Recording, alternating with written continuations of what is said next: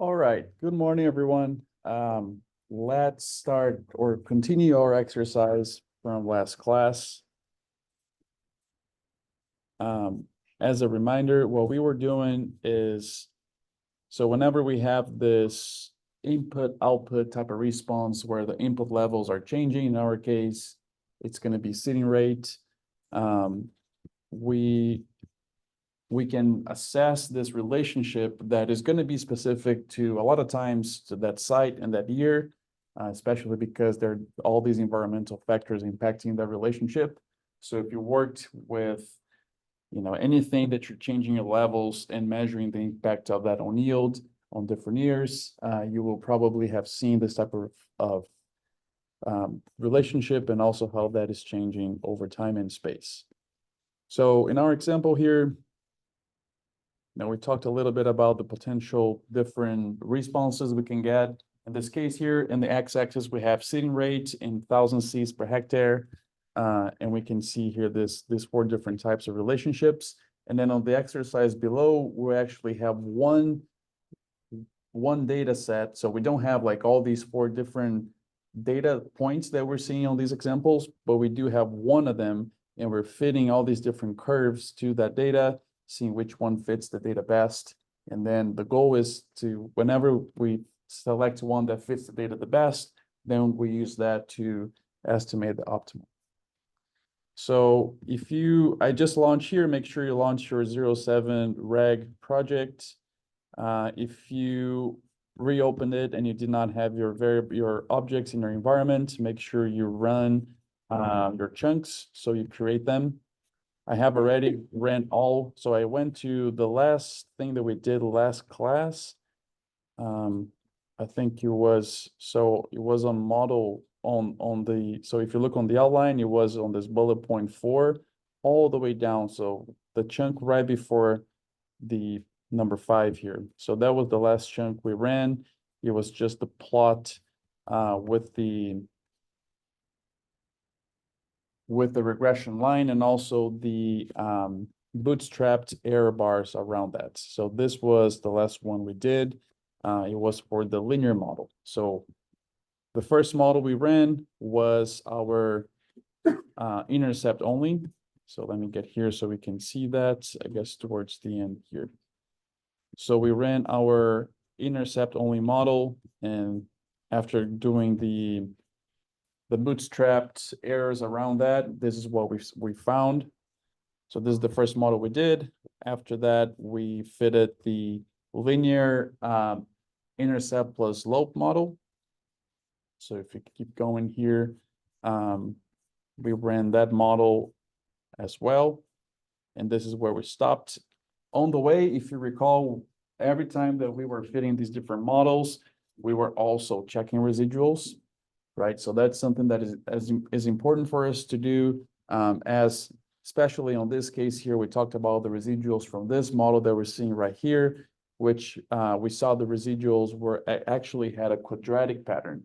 And that is common sometimes when you see these patterns in your residuals. It may be because you're missing a model parameter in the model. In this case, it's very clear that we see the quadratic response on the residual plots because on our actual model and data, we are using too simplistic of a model that is not capturing the quadratic pattern of the data. And because of that, that pattern ends up on our residuals, right? Remember, residual is just the difference between the points and the predicted line, which in this case is the green line. And I think that's where we stopped. So we were about to run a quadratic regression model, and that's what we're gonna start doing right now. Pull up my code here. So I left you, again, most of the code, and that's because there's only a few things that are going to change here between as we evolve in these different models. So make sure you run that options there. And when you come to mod 3 quad, that's going to be the object that we're going to assign the model to. So I left you that name already. We can go ahead and start typing here. If you recall, we've been using LMER because this is a randomized complete block design with blocks as random. And because of that, there are a couple of functions we can use for that. We've been using LMER function from the package LME4 to do that. Just to help us out with variable names, I just want to type here the data set and print it below so we can see the headings. So the data set name is reg_DFW.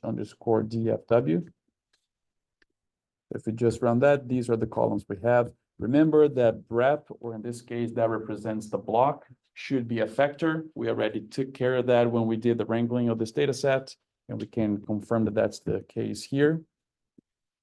So we are explaining yield.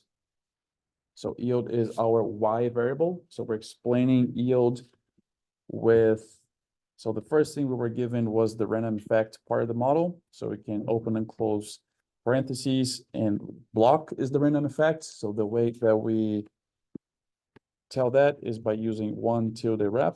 So this is the same as before. And now we specify our fixed effect part of the model. So we add a plus, I'm going to break line just to make it more readable. And that is going to be our seeding rate, 1,000 seeds per hectare. And again, I just want to call your attention that in this case here, just to remind you that seeding rate is considered as a double or numerical variable, which is what we want in this regression case. And again, I just want to repeat this. If we wanted to know the average yield at each specific level of seeding rate, we would treat seeding rate as factor, in which case we get an ANOVA, right? So I think this is really interesting because the difference between a regression or ANOVA can be very subtle in this case, especially since our variable here of interest could be treated as both numerical or categorical. If we treat it as categorical, we get ANOVA. The same model is going to give you an ANOVA if you treat it as categorical, and if you treat it as numerical, in this case, it would give you a regression where you just have an intercept and a slope, where the slope is in relation to that seeding rate. All right, so the model that we had before, where we just ran the intercept plus slope model, was exactly like this. So what is the difference now that what should we change in this code here to actually get a quadratic response instead? So if you've done this in other software, maybe we've done something like you would add a plus, add your variable again, and give it, so this is called caret, and give a caret 2, which basically means squared, right? So this is almost there in R. So if we just give it like this, it would not work properly. To actually get that quadratic term in R syntax, we have to give it the I function first. So it's uppercase I, open and close parentheses, which I think stands for identity. And I think it's just a matter of syntax, really. Like there's nothing special about it. It's just that we want the linear coefficient, but also the quadratic coefficient as well. So that's how we would code that in our syntax. And then lastly, we just need to get the end of that parentheses and say the data, right? So data equals reg_DFW. So this would be the model we would have to run to get a quadratic fit. Okay, give us a warning here, just saying that our predictor variables are on very different scales. I don't think in this case that would be an issue, but it's just telling that because seeding rate is in I think our levels are 40, 80, and so on. And our squared seeding rates are the square of those numbers, right? So they are in different scales, but I don't think that's an issue for us here. So it is only a warning, right? So a warning just tells you about something, but lets you keep going. An error stops you from keep going. So a warning, we can just read it and decide what we want to do. In this case, I'm just going to keep going. All right, so if we get the summary here, so we still have our random effects part of it, because remember, this is a mixed effect model because we have the random effect of block and the fixed effect of seeding rates, both linear and quadratic terms. So we get the random effect side of it.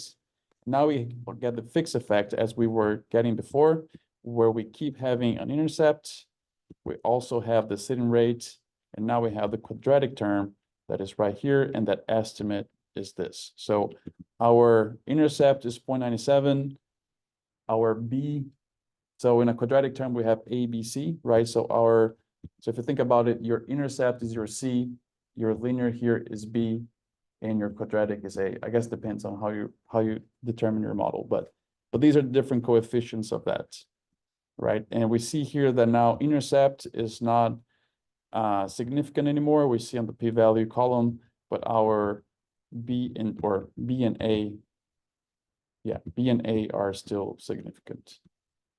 So the linear term of that quadratic curve and also the curvature of that quadratic function are significant. Hey, Dr. Bastos? All right, so as Bastos. always, we want to check model assumptions.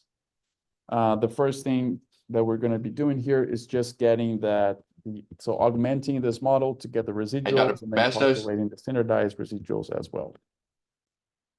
We do that and we plot it, or we print it. We still have the 20 rows of this original data set. Oh, yes, Austin. Hey, Dr. Bastos? So you have an error. Do you want to Yes, sir. share with us what is going on your side?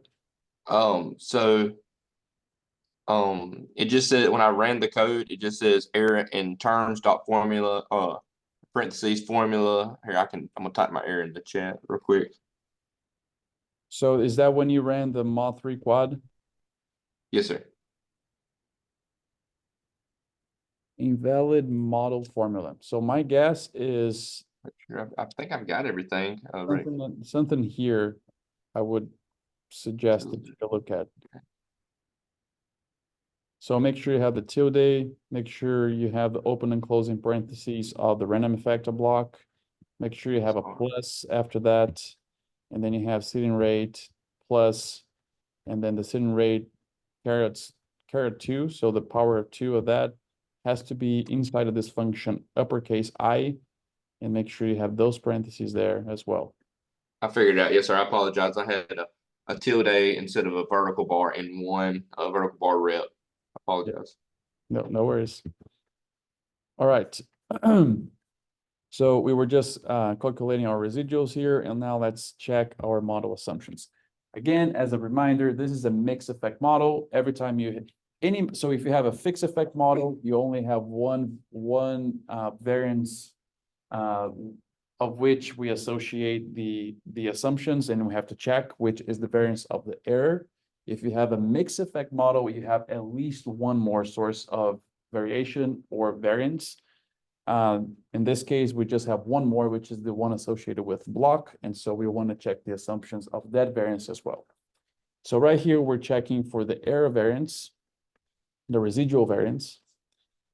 So, I mean, it doesn't really look like we have a pattern. It looks okay. Our blue line here, the smooth, is completely overlapping the 0 line on the running on the x-axis. So it looks okay. Yeah, I guess I just have some thoughts here that we already talked about, that your residuals change as you change your model. So we're getting different residuals. Therefore, we should always check the residuals every time we refit a model.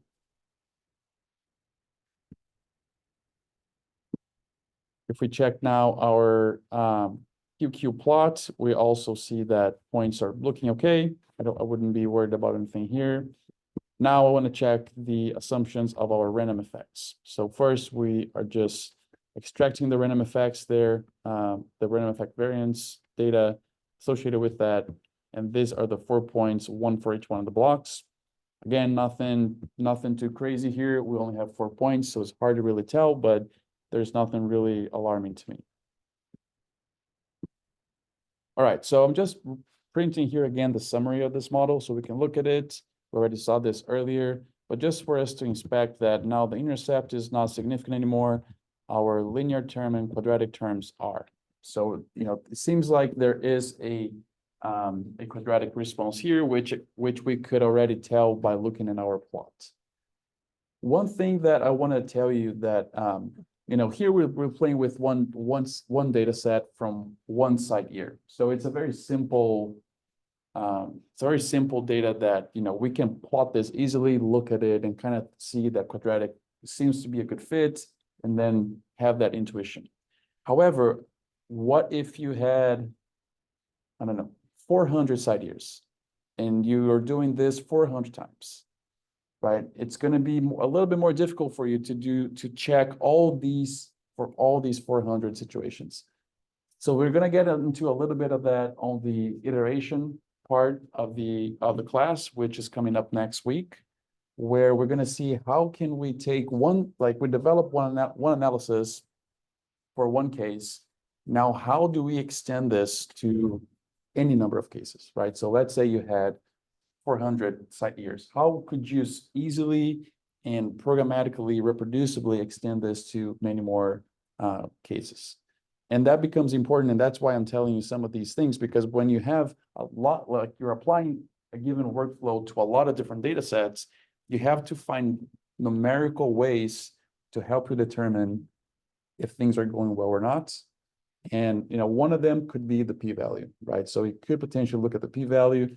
We could extract different numerical data, I guess, from our residuals as well, and have those as numerical information that we can base when you are trying to generalize something to many, many more situations.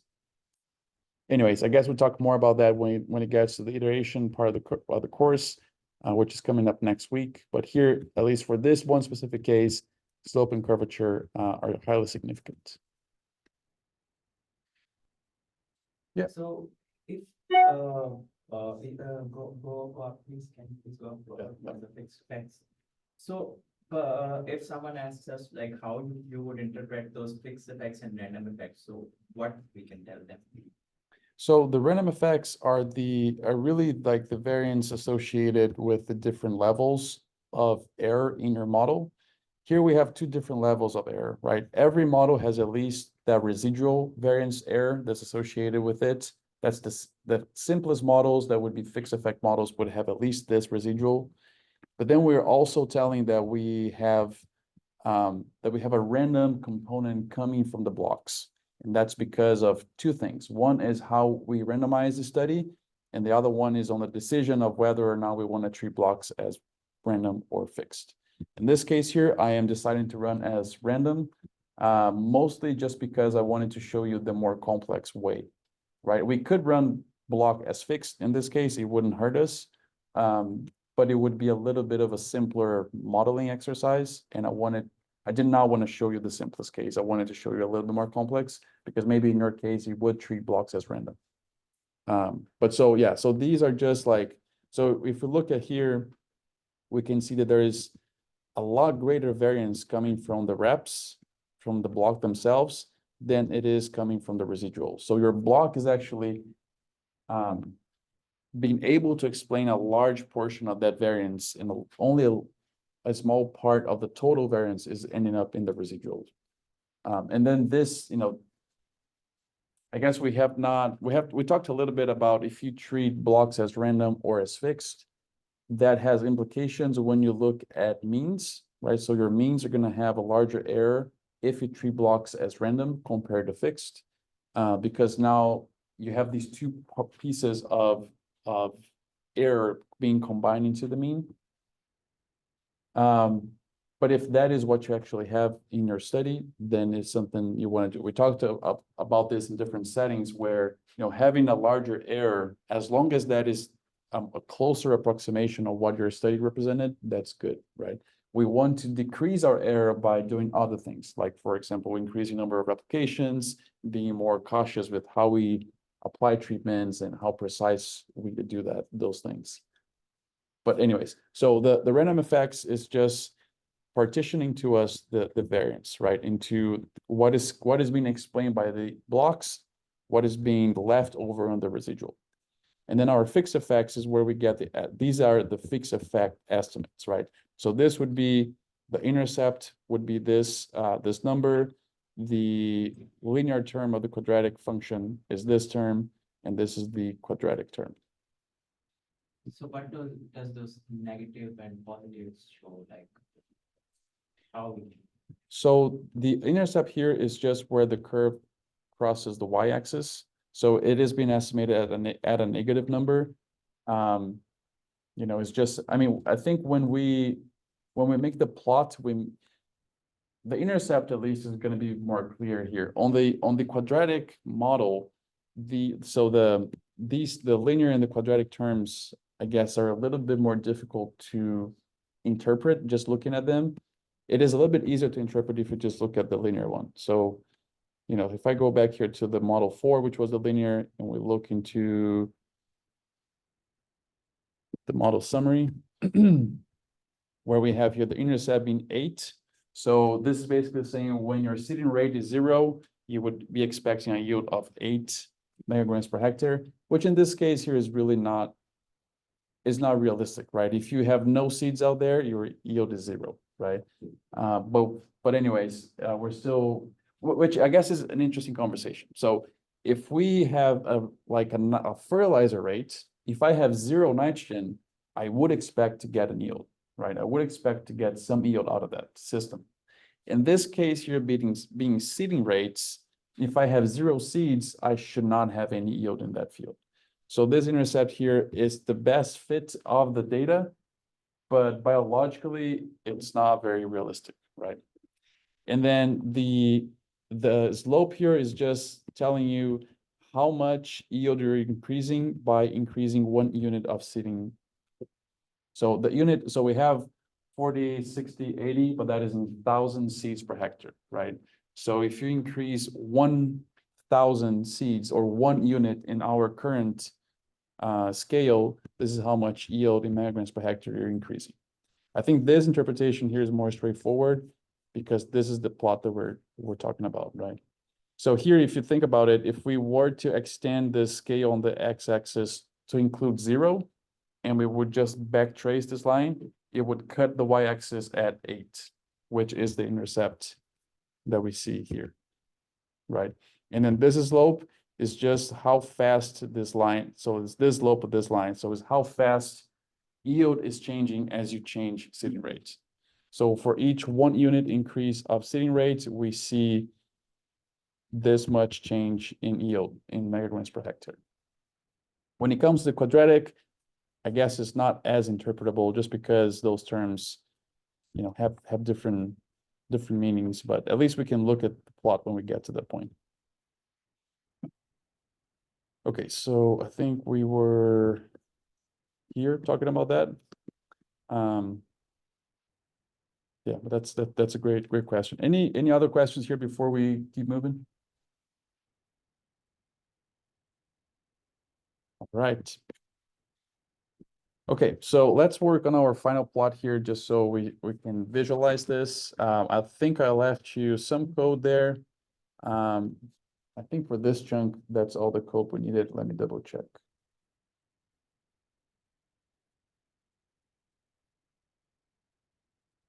Yeah, so what's going on here is, so we're plotting, so if you remember, the line we're plotting at this level here is coming from the augmented data set, and we're using the fixed column in that augmented data set.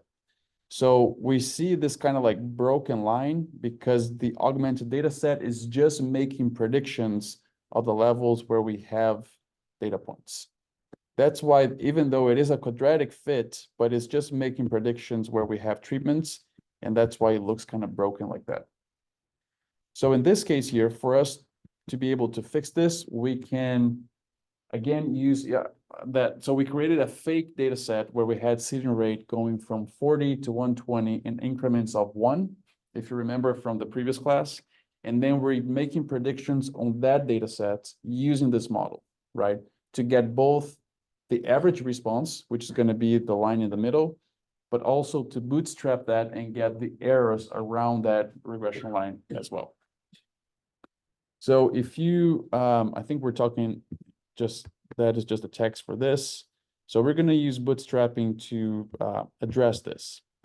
I want to print here ND again, just so you see what that is. So ND is this data set with 81 rows where we have the seeding rate column here ranging from 40 to 120 in increments of 1. So this again is just our attempt to create a fake data set with many more levels than our study had, but at least comprising the levels of our study. So we can make predictions using this model for all these levels that we did not have in our original data set, right? So if you think about it, we have 40, 60, 80. We don't have anything in between here. But I'm creating this continuous data set and making predictions using the model we trained. So we actually get a predicted yield across all the span of the data. So I think I left you the code there because we have already worked on it on the previous chunks or very similarly.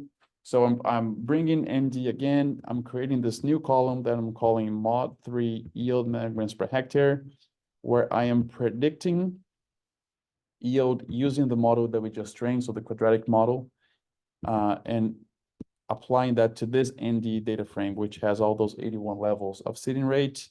And then I'm just ignoring the random side of this model, because if we don't say this, it will ask you to provide a block number, which for prediction purposes makes no sense, right? You're going to predict something that may not even have a block. Or imagine you train a machine learning model that now is coming from even different setups. So we just want to ignore at this level here that specificity of the random effect of the block, but just get an overall prediction of this data set. So if you run that and you print ND, if you recall, we did this same step here for the two previous models. So we have a mod1 yield, mod1 lower and upper limits, a mod2 yield, upper and lower and upper limits, and now we have a mod3 yield prediction. Something that's interesting, which I guess we would expect because the models are all different, is our yield predictions based on different models are different as well at different levels of seeding rate, right? And that makes sense because what it's doing is applying this line here, but instead of making only the predictions on the levels we had, is making predictions in between here. So you would, as these lines are all fitting differently the data, and we're using the lines to predict what would have been the yield at a given seeding rate level, then we get different predictions of yield. Wait. All right, so right now we just got a prediction of the mean of the line, but I do want to get a prediction of the error associated with the line at different levels, at the same different levels of seeding rate. So we're using this function bootmer to get the bootstrap predictions. So this is doing bootstrap. We're going to talk a little bit in more detail about bootstrap at the end, because I added some extra content from last class to today. And then we're going to get a good refresher on what is bootstrap and how we're using that.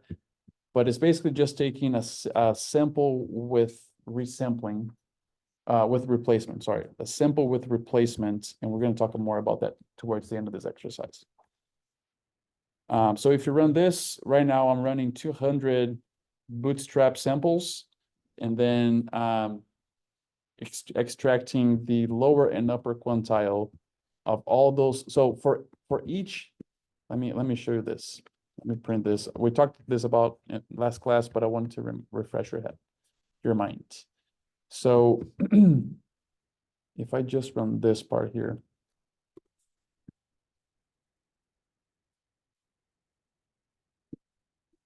So here we have, for each one of our 80 levels, or 81 levels of seeding rate that we specify in that data frame, it is running 200 times the model, where it's doing a sampling, running a model, doing a sampling, running a model. So it's doing 200 samples for each one, 200 samples and running models for each one of these seeding rate levels. That's what the bootstrap is doing for us. And then we are getting the confidence intervals of that. So if I only run into here.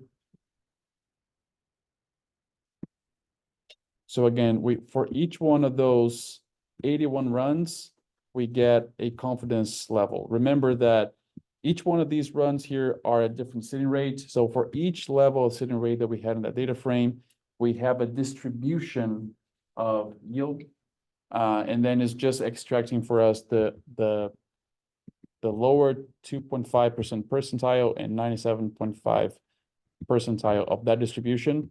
And this would be the confidence level. So these two numbers would be the confidence level for 200 runs on the first seeding rate. So each seeding rate is getting 200 models because that's what we're asking on this number here. And then we're getting this confidence limit for each one of those. So when we run mod3 quad boots until the end, we end up having the lower and upper limits on each seeding rate level. And that's what we then plot as an error band in our plot.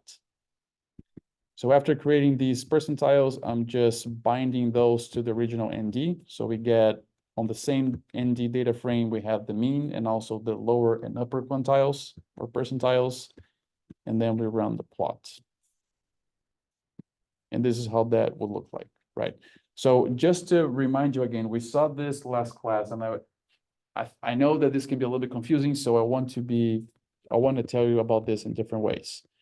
So this band here that we're seeing, we're plotting with geom ribbon. What geom ribbon does is looking to this ND data set. We're telling you what's the minimum value on the y-axis and the maximum value on the y-axis. And then it's just making those bands there and filling in the gap or the spacing between them. But really, behind the scenes, this band that we're seeing is just a whole bunch of points that is making a line and then filling in the gap. To show you a little bit of that, I think we did this last class just for us to create a little bit more of the understanding of what's going on here. So if I use a geom point, I really just want to plot one of those. Let's see here. So my X is still the same. My Y in this case, I want it to be just the lower quantile of model 3. So now I'm just adding a geom point where I'm just adding the predicted lower quantile on the across all the seeding rates. So this is what it did behind the scenes, right? It took each one of those seeding rates, it ran 200 models, and then you get a distribution of what the yield would be at that level. And then it just gives you, we extracted then the lower and the upper limits of that. And I'm plotting you here the lower limit. So we got 1.1 predicted lower limit of that distribution of the mean for each one of the seeding rate levels that we created, which are points. But when we ask for geom ribbon to make that plot for us, it just connects those points as a line. It does for the lower, for the upper, and fills in the gaps in between them. Okay, I'm gonna delete this here. But that's what's going on behind the scenes. So now we have the mean response, right? So every time that we run these linear models, we're modeling the mean, right? That's always what we do. We're modeling the mean. So the mean response is the green line, but then the error associated with that green line at different seeding rates is what we're seeing on the band.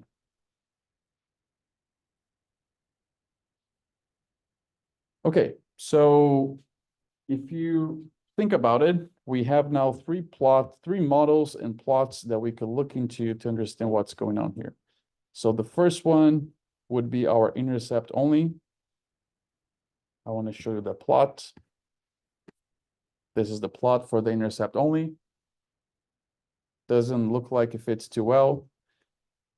I want to show you the plot now of the intercept plus slope, which is this plot here. So it's doing a better job than the intercept only, but still is not fully capturing the pattern of the data.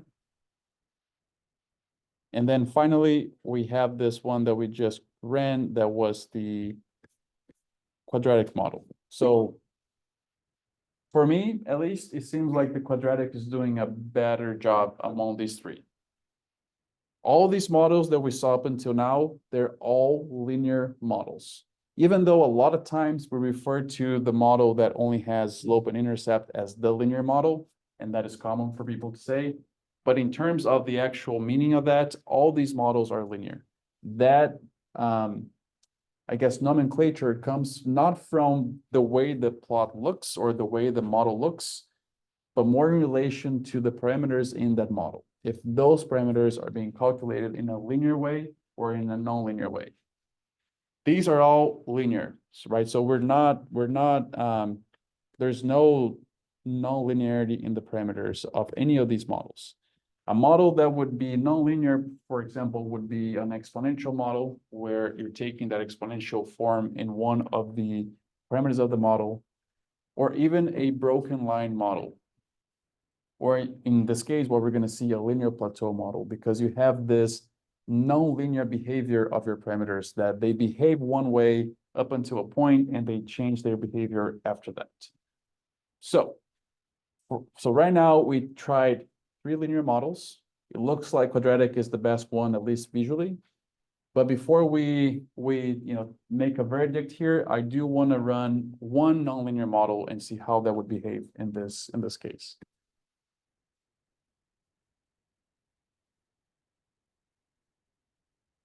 I think I'm just talking a little bit about that here. But as far as, so in our data, we know that there is a yield response to sitting rate, meaning that if there is a yield response, then your intercept only is probably not the best model. We visually assessed that and did not seem like the intercept was a good candidate. If you do have a positive response and you reach a plateau, you reach a maximum point, then that is when we know that at least a quadratic model would be a good candidate, but we can also fit other types of models that allow for that type of relationship. And one of those is the linear plateau model, which we're going to run next. All right, so let's get here on our next step and run a linear plateau model, see how that would be. It's going to be a little bit more involved than what we've been doing up until now. The first thing here is LMER is not flexible enough for us to run nonlinear models. It's great for linear models like we've been doing up until now. And because of that, we're going to have to use a different function. So here we're going to use the function NLME. So if you start typing with me, the function is called NLME. There are different ways of running this, or different functions for different packages. The one I'm showing you is going to be using NLME. So let me just print the data set again so we get the variable names. So reg GFW. Again, our response variable, our Y variable is yield. So yield tilde. And this is where things change a little bit. Let me, I guess, let me go back here to when we saw, you don't have to change your code. I just want to come back here to show you the linear plateau case.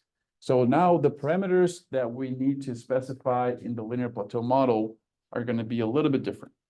So we need to estimate, or the model is going to try to estimate the intercept, which again is going to be cutting on 0 on the y-axis, is going to estimate the value here on the x-axis where the break happens. Well, sorry, so the intercept and the slope before the break, those are 2 parameters we need to estimate. Intercept and slope before the break, and then where is the break point on the x-axis. So we need to estimate 3 things here in the linear plateau. Let me go back to my code. So the way that we specify this in R is we need to tell the model that we want to estimate those things, but we need to say it that those things are part of a linear plateau type of model. To do that, we have to call this function sslimp. Like that. This function is coming from the NLRAA package. So if you see the arguments that it takes is ABXS. Actually, the first argument here is what is your X. So we gave Y. So Y is yield. Now inside this function, we need to tell it what is the X variable in our data set. That variable is the seeding rate in 1,000 seeds per hectare. So we need to say that. Let's give it a comma. And then it's going to estimate for us A, B, and XS. A is the intercept, B is the slope, XS is the breakpoint on the x-axis, right? So we just need to tell it A, comma, B, comma, XS. So notice how now this is a different way of specifying our model. So in this case specifically, we're calling for this function sslimp for linear plateau. There are, I don't know, maybe around 10 different functions here. So if you're working with water dynamics in soil or water curves, if you're working with other types of nonlinear functions, I will share a resource with you that you can read and get exposed to all the functions we have available here that you can do different types of modeling. In our case, this function sslimp requires A, B, and XS. If you try a different function, so let's say some type of exponential function, you're going to have different parameters that are going to be estimated for you that you're going to specify here. So you're always going to say what is your x variable and then whatever parameters that function calculates. So this again calculates A, B, and XS, intercept, slope, and breakpoint on the x-axis. All right, so the next thing here, if you get outside of that sslimp and you give it a comma, we need to say where the data is coming from. So the data is coming from reg_DFW.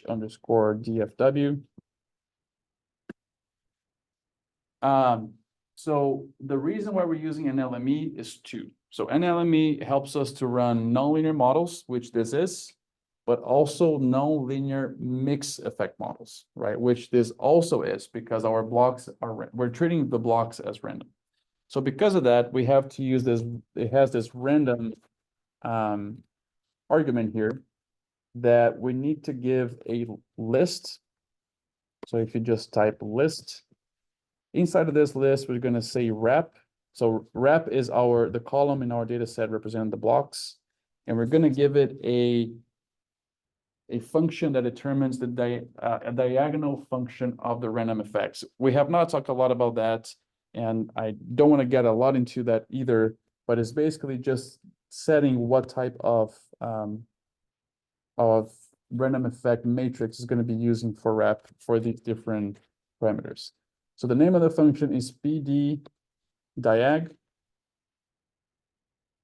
And what we're going to say here is just to specify our A, B, and XS inside of it. So we're going to say A plus B plus XS tilde 1.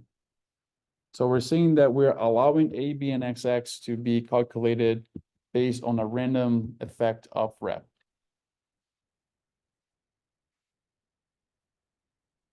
Now, because we are interested in the fixed effects, which would be A, B, and XS, we need to specify here as well that.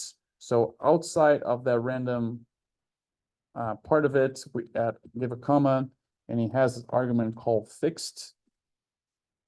So very similarly, we're going to say, we're going to give it a list. So we use the list function, and we're going to say A tilde 1, comma, break code just to be easier to read, B tilde 1, XS tilde 1. So what this is doing is just saying that we want the model to give us an estimate of the fixed effects of A, B, and XS while treating rep as random in this model. And depending how you run this model and what function to use, you may or may not need to give starting values. What is a starting value? So what that function sslimp is going to do behind the scenes is looking at your data, is going to look for A, B, and XS in your data. Sometimes you may not need to provide starting values, but in this case here, I want to show you how we would provide starting values.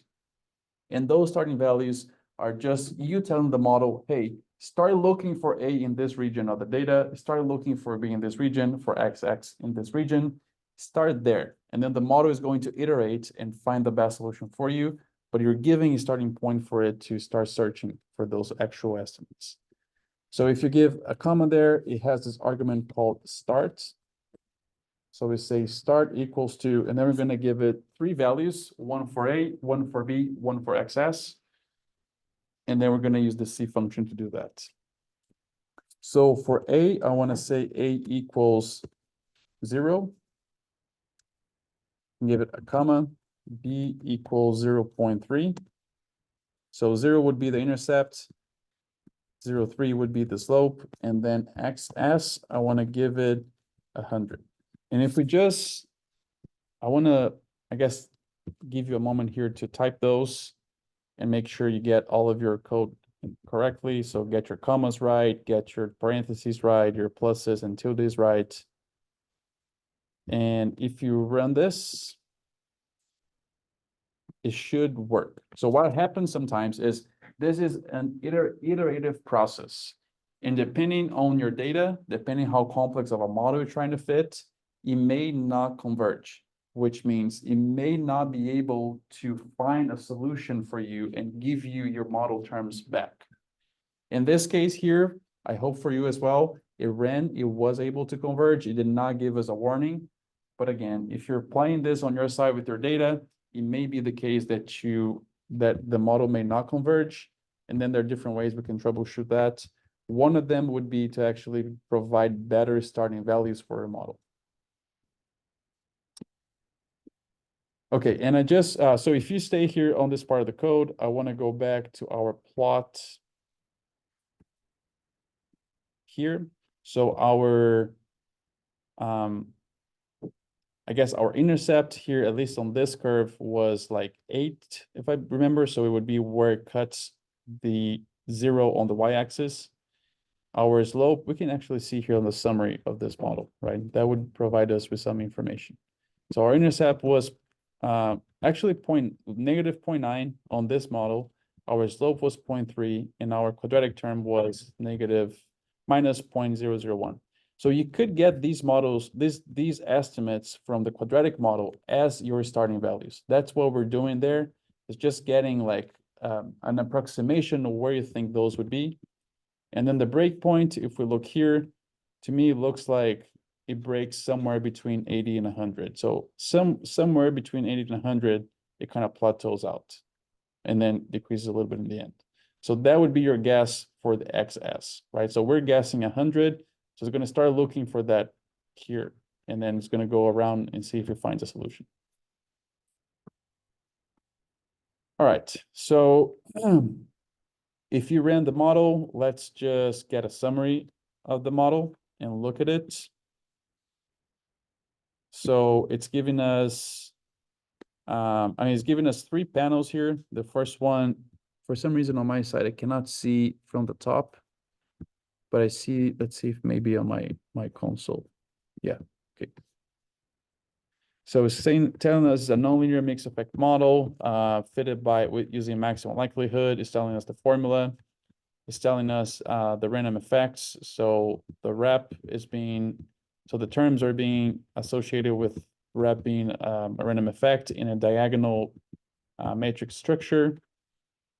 We got our fixed effects correlation here, which is interesting to look at, but it's not something that we that has like the coefficients or something like that. So if I come back to my panels, on the second panel that it prints, it just gives us some model fit metrics of AIC, the AK keys information criterion, BIC, and the log likelihood. And then finally, we get our estimates of A, B, and XS. So I want you to pay attention here to understand that we gave an estimate of A, or not an estimate, but a starting point of A of 0, B of 0.3, and XS, the breakpoint on the x-axis of 100.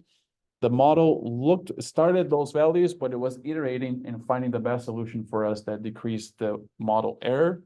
So in the end, it gave us an estimate of A being, so the intercept being 3.45, the slope being 0.13, and the breakpoint being 33.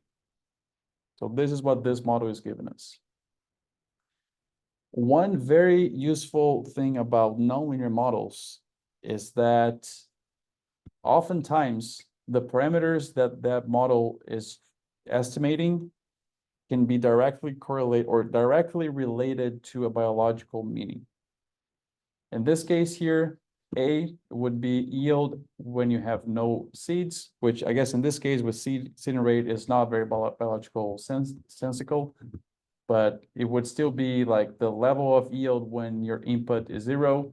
B is how fast your yield responds to the input until XS. And what is the XS? So the breakpoint of where you don't see a yield, the breakpoint on the x-axis. So how many seeds in this case, after which point you don't see a yield response anymore. So all these things are biologically explainable on your data. That is one of the strengths of nonlinear models compared to linear models. One example here that I'm not showing you in code, but I just want to tell you, and just so we get some understanding is, sometimes the alternative to running a nonlinear model would be to run a multi-polynomial model. What do I mean by that? In our case of running the quadratic model, we have one curvature, right? It's a polynomial of order 2. Sometimes if your model is kind of like, spread out and you see different patterns, you may be tempted to run a multinomial model where you have power 2, 3, 4, 5. So that is basically just allowing your model to be wiggly, right? To have like highs and downs.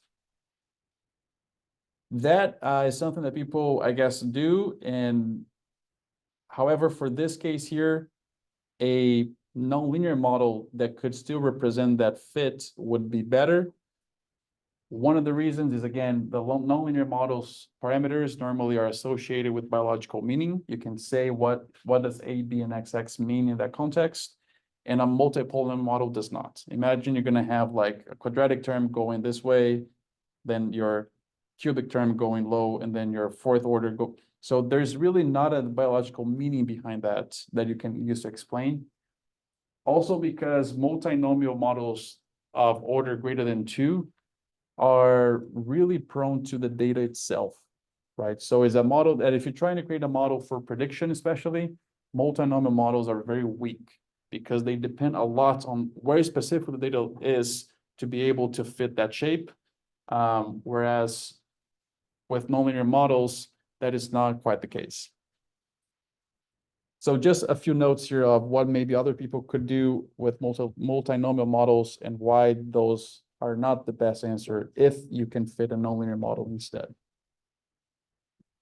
All right, so just like with the linear models, nonlinear models have the same assumptions that we need to check. So let's extract our residuals here. Let's look. So we just, again, use the augment function and also created the standardized residuals for this model. So let's check the residual assumption here of the standardized by fitted plot.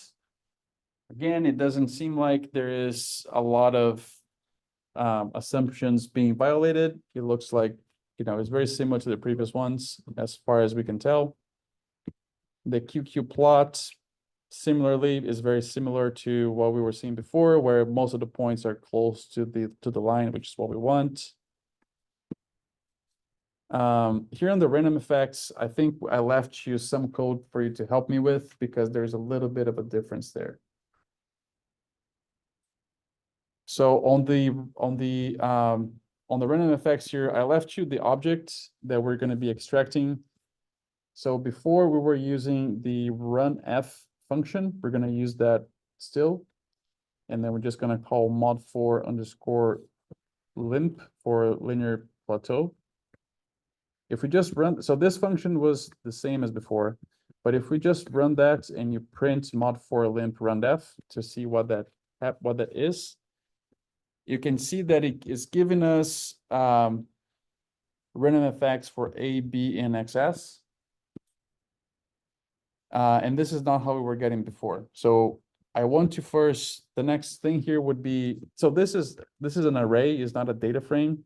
I want to first transform this to a data frame. So if we had a pipe, we're just going to use as data frame on this. And if you print it now it actually becomes a data frame, and it looks a different shape than what it was before we did data frame. So we have, so group here is wrap all the way down. the term, we have A, B, and XS for each one of the reps. So we have a total of 12 rows in this data frame because we have 3 terms and 4 reps. And then an estimate there. If we just use the function below to plot, which is what we've been using, we see this. And what is going on here is that it's actually plotting the residual for A, B, and XS all together. For us to overcome this, I want to create one plot for each one of A, B, and XS. If you look again on the data frame, we already have them under a column that's called term.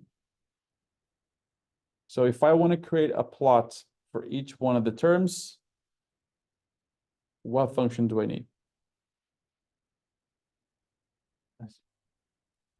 Facet, right? So some type of facet. So let's just add a plus here on the code. Let's use facet wrap. And the way we specify the column we want to facet is just give a tilde in the column name. The column name is term.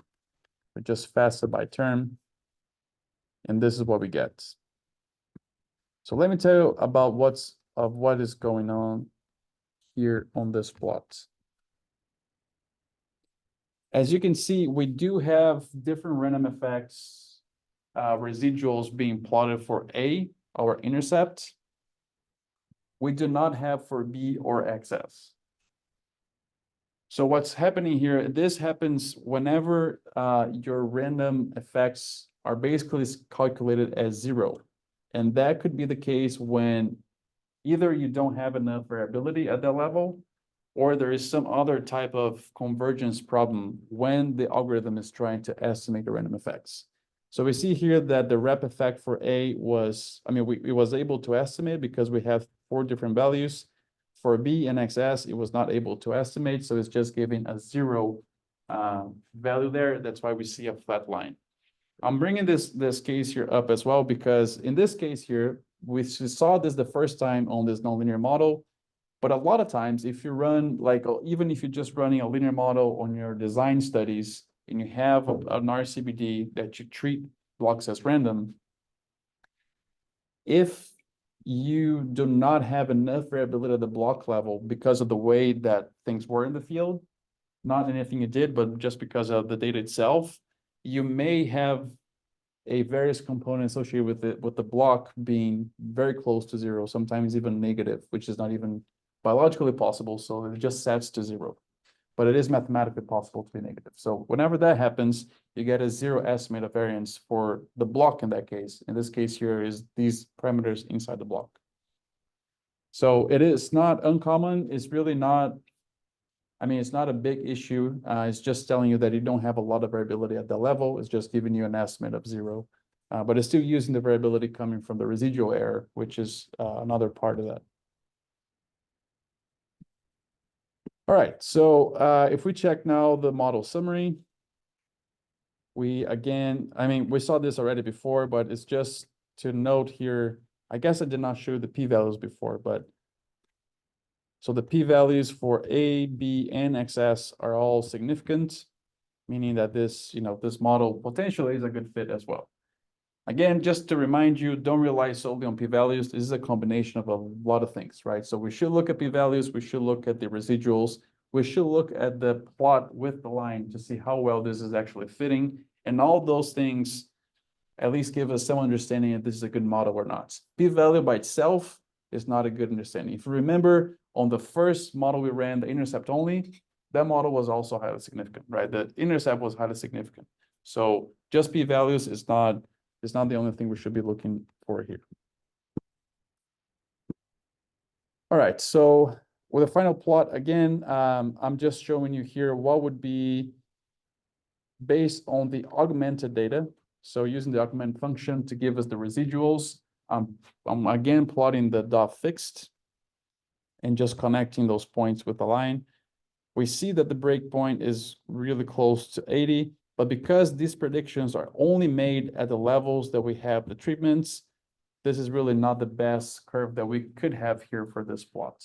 So again, we want to go back to that ND data set that we created, all the levels from sitting rate from 40 to 120 in increments of 1, make predictions of yield using this model for each one of those levels. So we have a more smooth line here, but also use that to bootstrap the upper and lower confidence levels of that regression line. Okay, so to do that, the first thing we're doing here is just making a prediction of the line itself. So of the predicted yield using this model, you can just go ahead and run that. If you print ND, you're gonna see what that prediction is lower here. So this ND object, again, has the yield, lower and upper confidence levels of all the previous models, right? So we have mod 1, yield lower upper, mod 2, yield average upper and lower and upper, model 3, yield average lower and upper, and now we have the yield of the model 4. Something that is interesting, again, every time you make a prediction, it is predicting what that y-axis would be at that x level. So imagine that it would be, coming to this plot here and you're saying, well, give me a prediction of what 50,000 seeds per hectare would give on yield. So it comes here on the x-axis that you're giving the x-axis, it goes to the line and gives you a prediction on the y-axis. This is what is happening here, right? So for this model, we saw the breakpoint was at 73. So this is going to be interesting, I guess, to check. Let me just do a quick different print here, just so we can visualize something differently. So I'm going to get ND. I just want to select the columns sitting rate and the mod 4 yield, so we can look at that. So those two side by side. So I'm not saving this to any object, just printing for us to see. All right, so sitting rates here on the first column, and then the model predicted yield, where the model is the linear plateau model on this other column here. So we see that as we're increasing sitting rate, we're increasing yield. So from sitting rate from 50 to 59, 60 to 69, yield is increasing. And then after 70, so 70, at sitting rate of 70, we have a yield of 12.9, 71 is still increases, 72 and still increases, 73 still increases, and then after that is the same predicted yield, because this model is a linear plateau. After the breakpoint on the x-axis, the x-axis is sitting rate, and that breakpoint was estimated to be at 73,000 seeds per hectare. After the breakpoint, yield is estimated to be constant. That is what the model is doing, right? This is the structure of this model. So that's what we would expect on this prediction here, is as you keep increasing sitting rate, it's just a same value of yield being predicted. All right, so we had just, I'm just gonna delete this. I just wanted to do that to show you. Because this is a non-linear, well, let me take one step back here. If we go back all the way to the first model, which I'm gonna do on my side, you don't have to do on yours. So on the first model here, when we were doing the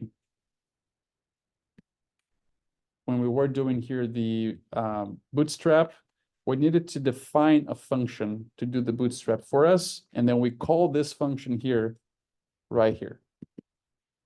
Now this function works for linear models.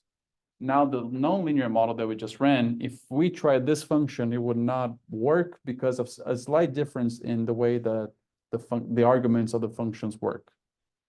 So this predict fund that we determined at the first bootstrap we did for the intercept only model, we determined that here, and we used that function for the intercept only, intercept plus slope, and the quadratic model. So I did not repeat this function for the other three models. Now, if we go back to our linear plateau model, I need to determine a different function, which I'm doing here. So I'm calling predict fun NL for nonlinear.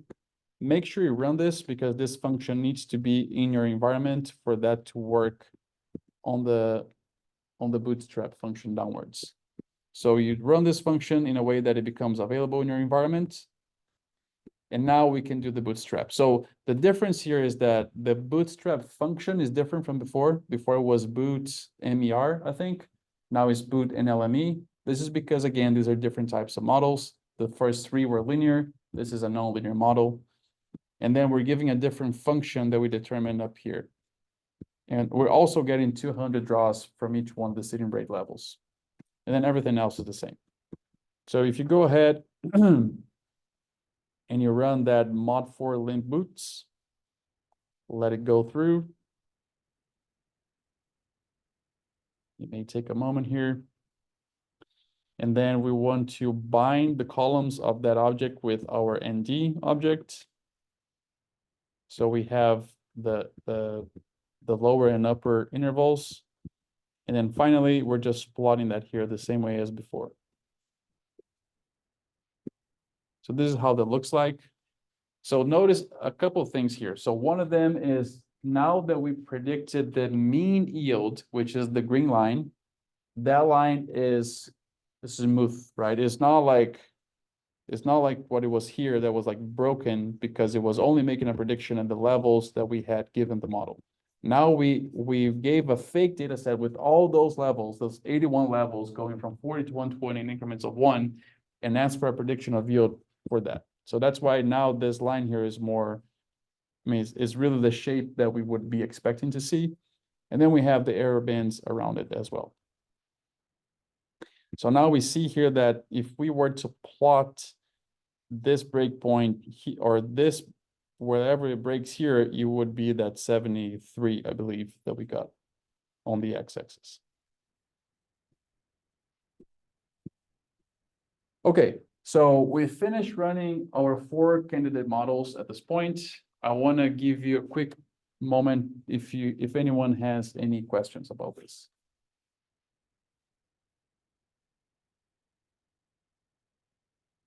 All right, I don't hear anything.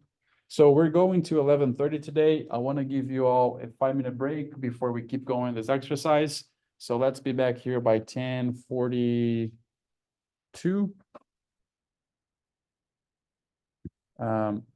And then we'll resume and do a model comparison, selecting a model, and then estimating the breakpoints. Hey, Dr. Bastos. Yes. I ran the code that latest chunk, and it ran, and then I thought you were saying to rerun the predict.fun.nl, so I reran it as a whole, and I was like, oh no, never mind, I already ran that. Anyway, so I reran the chunk again, didn't change anything in the script, and now I'm getting an error. Okay, so yeah, that is it's probably because we are overriding ND with new information. I think it's because of that. So what you can do to address that is, I mean, the hard way to fix it is if you just clean your environment. So if Okay, you, and then rerun everything above. yeah, click on that broom icon that it cleans your environment. And then you can come here on your outline. If you go to item 7, on that chunk that we have not worked yet, you just click run all above. Yes, sir. Yeah, it may take just a little moment because of the bootstrapping that's going to do. So there are going to be 4 bootstraps, but it's, you know, I think it's going to work. And you can keep track looking on the console. If it is running and progressing, you know, you're not going to see an error. But if the last thing you see here, it says error and it doesn't keep moving, then it stops at wherever you find the error, if you, in case you had an error in your code. All right, yes, sir. Thank you.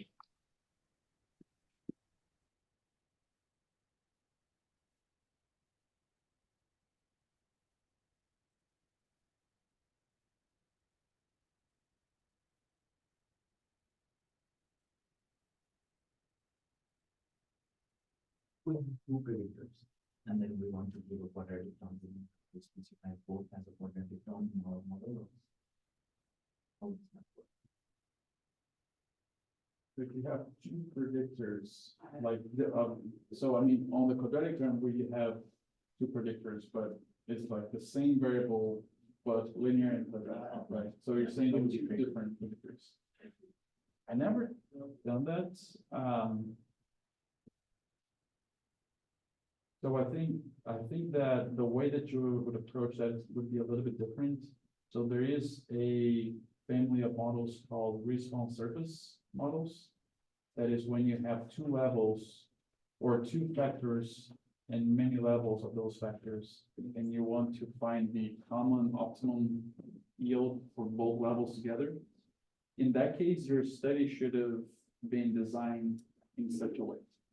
So it is like, it is not just an analysis, it's also a design, right? Meaning that it's not like, oh, I'm gonna apply this to anything like that. It has to be, it should be applied to a specific type of data that was collected in that specific type of design. Because the way that you select the levels of both,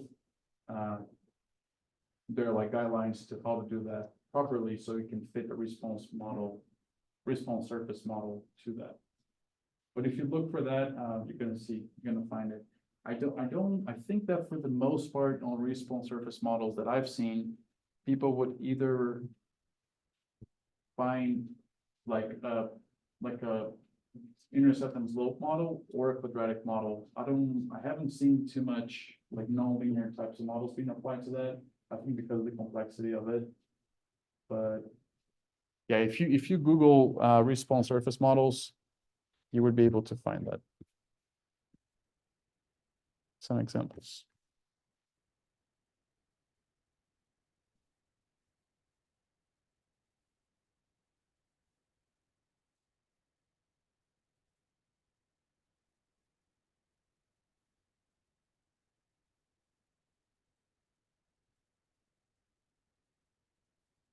Let's see if this has any plots.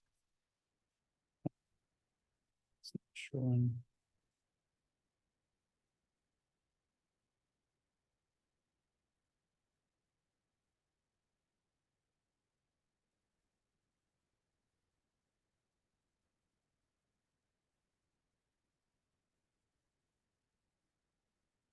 Hmm.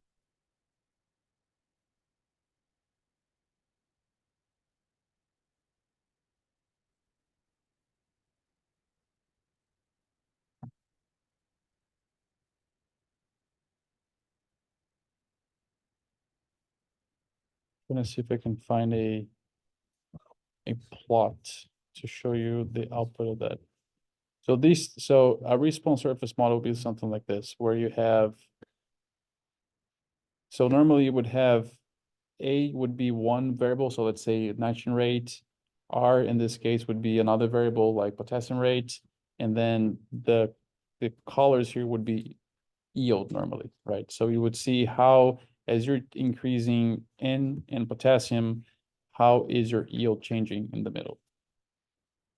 But then your levels of A and B, so of nitrogen and potassium, should be selected in a way that is optimum for this type of design.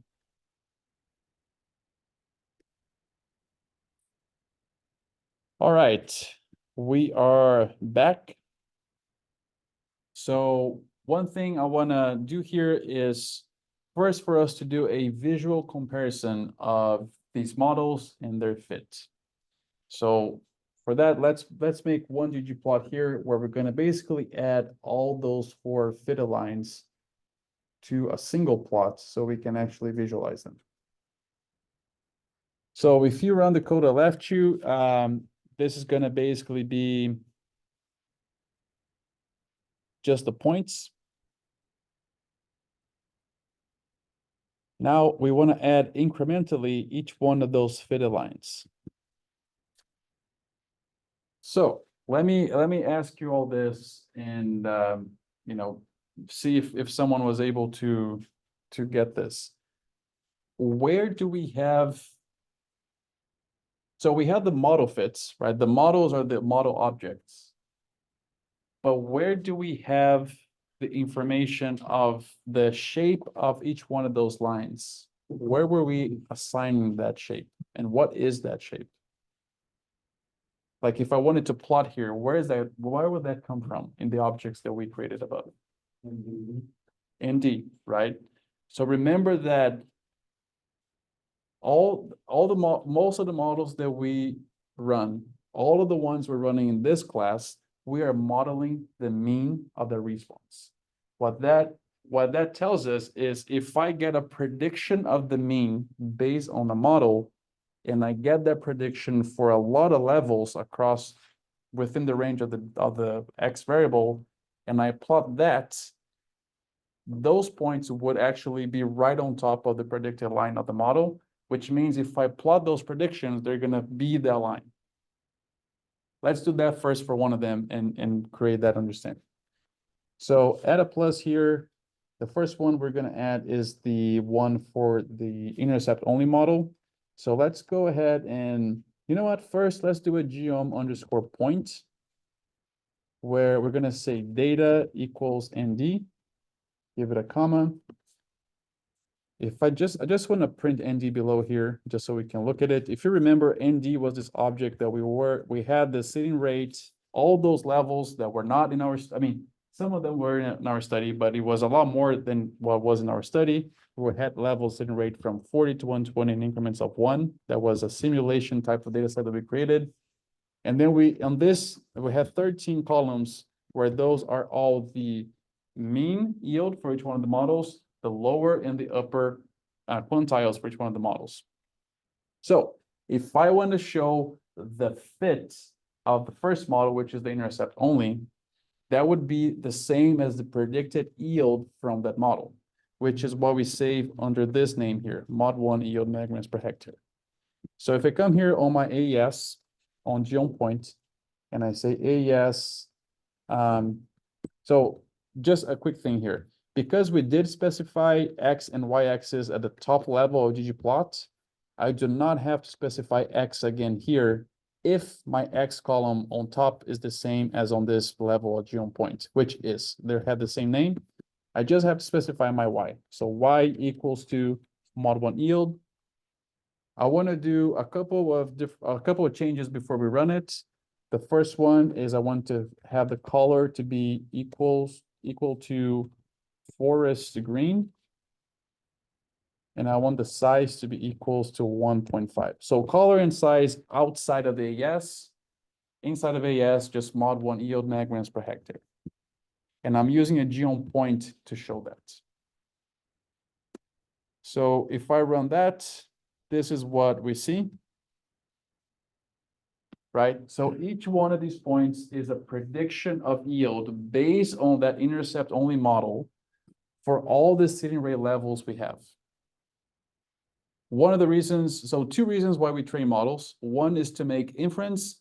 The other one is to make predictions. In this case here, we're really interested in finding the best model to make inference on what was the optimal level of sitting rate. However, a quick parenthesis is that to show this line, I ask for a prediction. I ask for this model, mod1, that only had an intercept, to give me a prediction of yield for the different levels of sitting rates that I gave it. Every time you get a prediction, it looks at that X or that explanatory variable that you have, in this case, sitting rate. It goes to that model fit line and gives you a prediction on the Y-axis. Because this model only has an intercept, it's predicting the same yield, so the same value on the Y-axis, regardless of our sitting rate, right? This is what's going on here. Now, if you want to show the model fit line, it's really just connecting these points, right? So the only difference there is instead of using a geom_point here, you can change that to a geom line, which basically just connects those points and gives you a line, right? And this is the fitted line for that model. All right, so let's keep doing the same here, but for other models. What I want to ask you to do is you can just copy this geom line here, add a plus at the end of the last parentheses, hit return to break the code, and paste what you just copied. We're going to change two things here. One of them is what is going on the Y-axis. Now on this next piece of code, I want to show the predicted line of yield as a function of sitting rate for the second model, which was the one with intercept and slope. If we look at ND, that is just the difference of that is just going to be mod2 yield measurements per hectare. So we really just need to change the mod1 to mod2. And for visual purposes, I want to change the color to blue. So you copy and paste it, you change the Y variable to mod2 and the color to blue. That's all that we did here. If you run that, then this is what we see. Now we're gonna do the same thing. So if you, again, just copy one of those geoms, add a plus and paste it, we're gonna change that Y to mod3 instead of mod2. And I wanna change the color to purple. So now we're gonna plot the fit align for the third model, which is the quadratic one.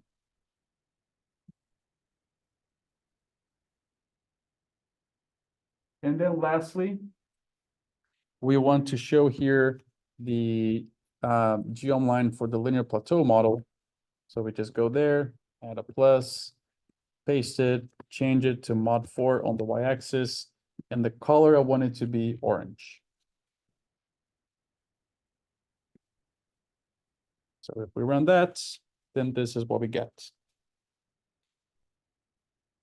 As we've been seeing up until now, all these models are fitting this data differently. And you know, some of them, one of them is going to be a best fit to this data. Which one it is, I guess visually, I would guess it was a quadratic. Let's check to see if that is actually true. So if we now come to our next chunk here, we're going to do that comparison in a table format. So the function we're going to be using here is uppercase IC, the letters IC underscore tab. This function is coming from the NLRAA package.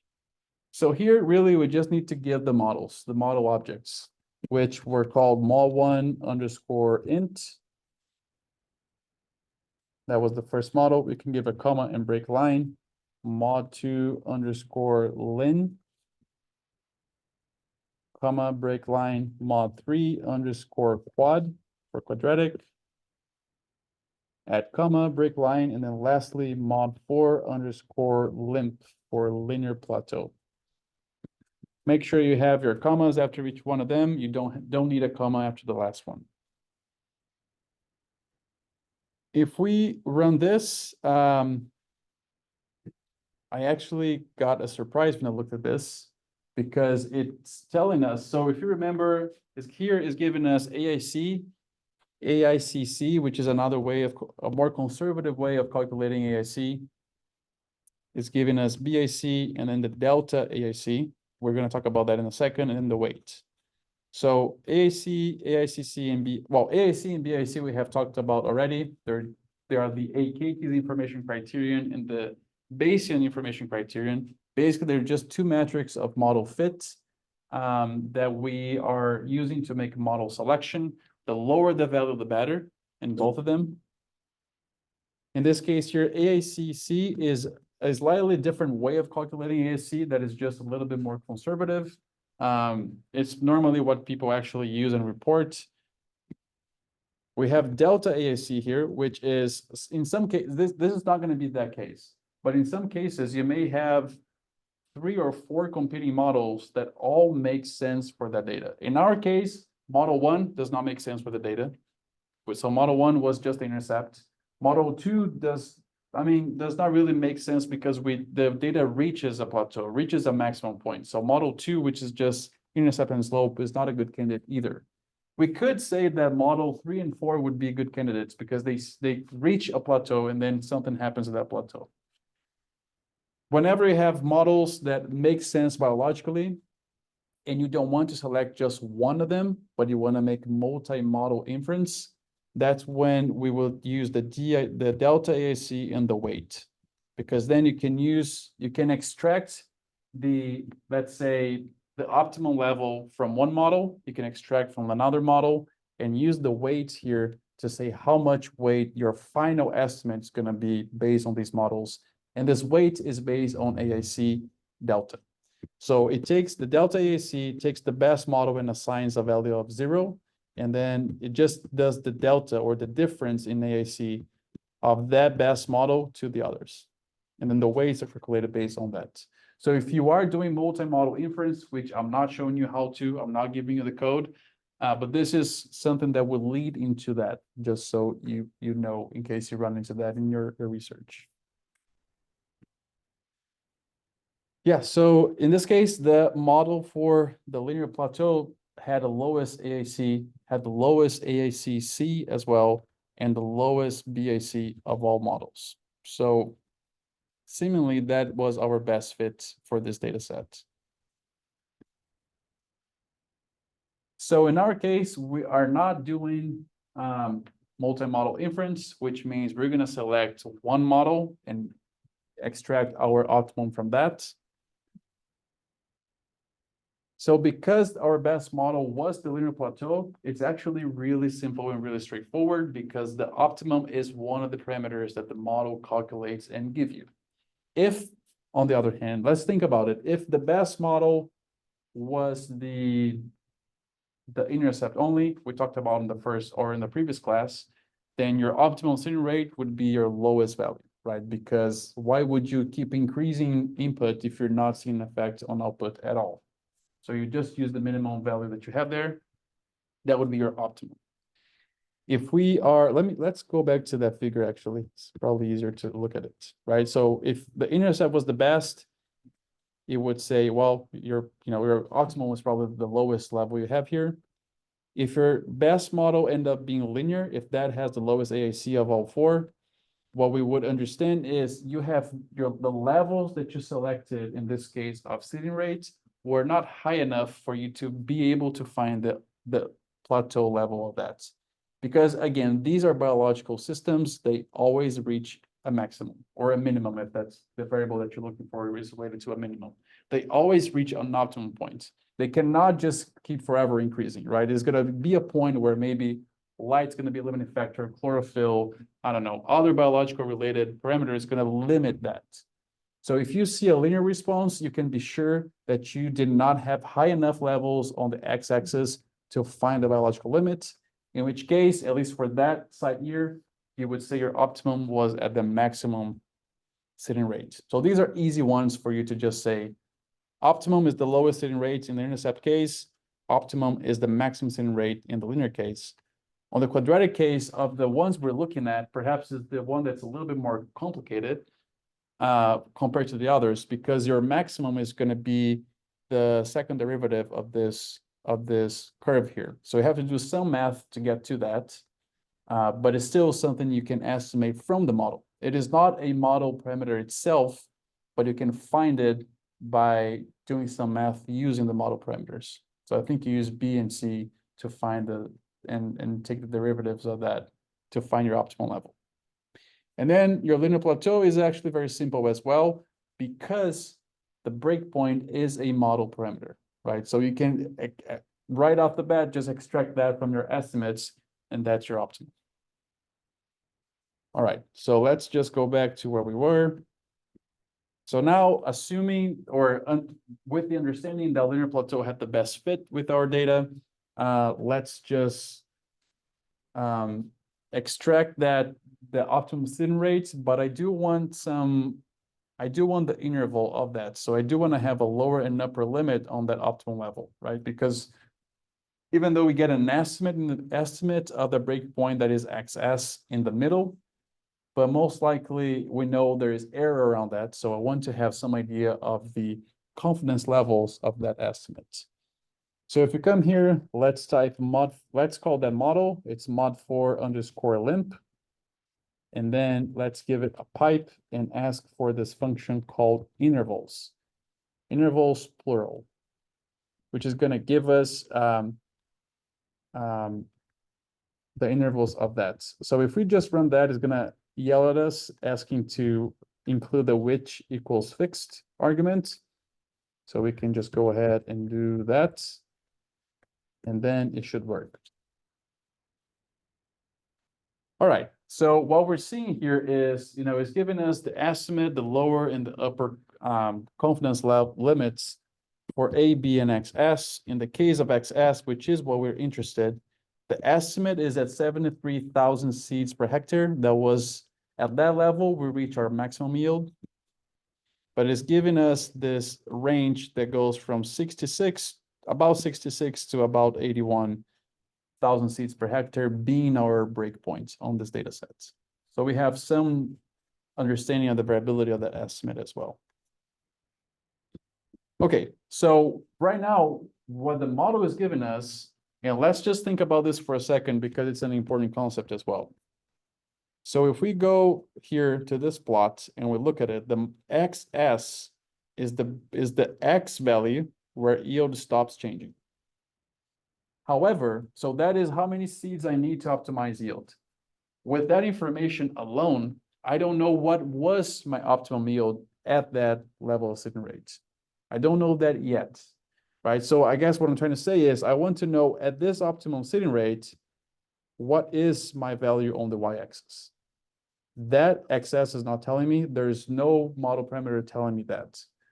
So for us, and I do want to know that because that's important, right? For you to not only know what was your optimum input rate, but what was the yield that you got at that optimum input rate. So let's get that. Again, I wanna repeat this. So maybe it, I help you understand this. Right now, I'm basically making a prediction. I'm using my model fits and I'm telling this is my seeding rate. What is my yield at this seeding rate? So because of that, we're going to use this function that is called predict. So the first thing we give here is the model that we're going to use to make a prediction. So that is mod4 underscore limp. It has an argument called new data. So this would be the new data you want to make a prediction based or for that data. Really, if you think about it, we use the predict function to create a lot of columns of the ND data set, right? Our new data in that case was always ND itself because I wanted a prediction for all the seeding rates that were in ND. In this case here, I just want one prediction, which is the prediction of yield at the seeding rate that I know is the optimum for this case. So really we still need to give a data frame. So I'm going to use the function data.frame to kind of create a data frame on the fly where the column name needs to match the variable that was used in the model. So that variable is called SR underscore KSHA. And I really just want a prediction for one value of SR KSHA, which is the optimum on the x-axis, which is 73.48. So if I just only run this part of the code here, the data frame part of the code, this basically is just creating a data frame that has one column and one row. That's it, right? And I'm giving that as the new data here in this argument. And I think if we run this, we may have an issue because of the random effects. So if you come here after that new data, let's say level equals 0. If you look on the documentation of this function, it does explain what this argument is. It's basically just asking it to give a prediction at the general level of the model, not for any specific block or rep, because the model has that in it. So if you ask for this, we see then that our predicted yield at the optimal seeding rate based on this model is 13.45 megagrams per hectare. So now we know, so in the nitrogen and fertilizer world, we say this is our, so we say that 73 is our optimum, in this case, seeding rate. So optimal seeding rate, and the 13 is yield at the optimum seeding rate. So those are a pair that are important, right? This is the level of the input that maximizes yield, and this is the actual yield level at that maximum input level. Okay.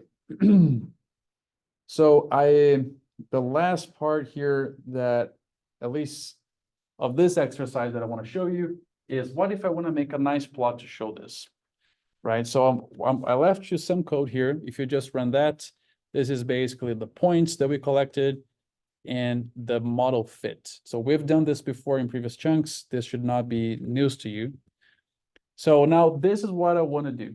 I want to come here and I want to draw a vertical line that starts on the optimum level of nitrogen, or I'm sorry, optimum level of seeds, and goes until the breakpoint. And I want another line coming from the breakpoint to the optimum, or to the yield at the optimal level of seeding rate. That's what I want to do here.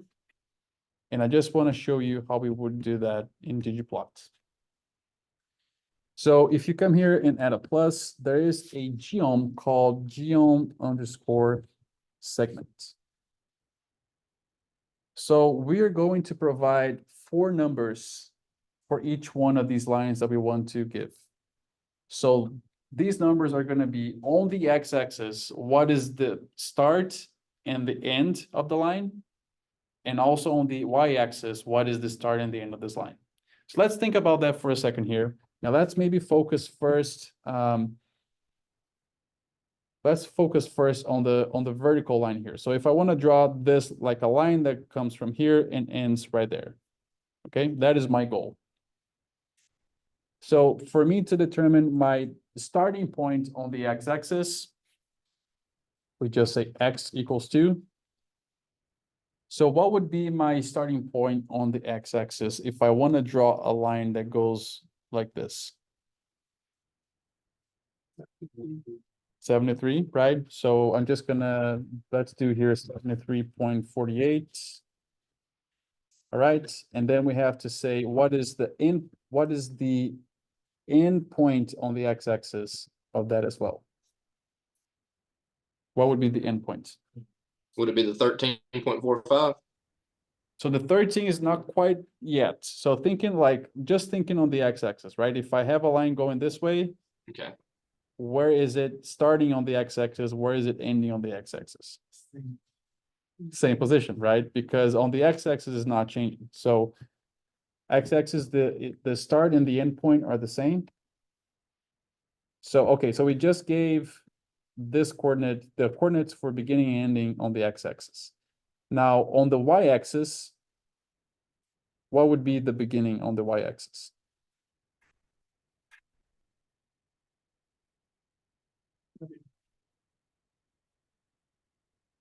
What do you think on the y-axis is? 13.3. Okay, I mean, well, that could be the beginning. We can do that. So let's do the beginning being 13.45, so being our yield. But that would be starting on the top, right? I guess it doesn't matter if we start on the top and the bottom, but that is the point up here. So if that is the beginning, then y end, which is the end of the y-axis, what would be that value?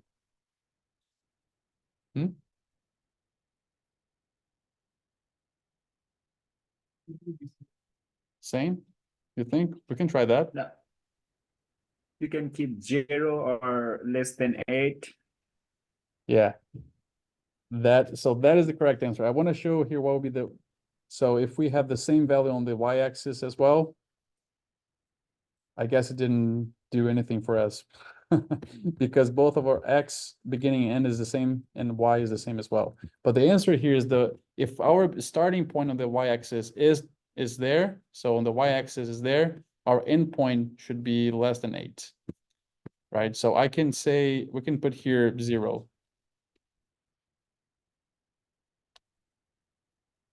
Right? This is a little bit confusing, I guess, to get, but when I was trying to think about this, I would use my cursor and do this and think like on a given axis, where is my cursor moving from and to? And that kind of helped me to think about this. All right, I do so we drew the first one here. So this is our breakpoint on the x-axis going until the maximum yield. Now the goal is going to be to make a drawing go in this direction, right? So now going on the horizontal direction here from the breakpoint to the yield on the y-axis. So let's add a plus, do another geom segment. So if we think about it here, and if we are starting, let's say we're starting from the line going towards, starting on the line, ending on the axis. What would be our beginning on the x-axis? 72.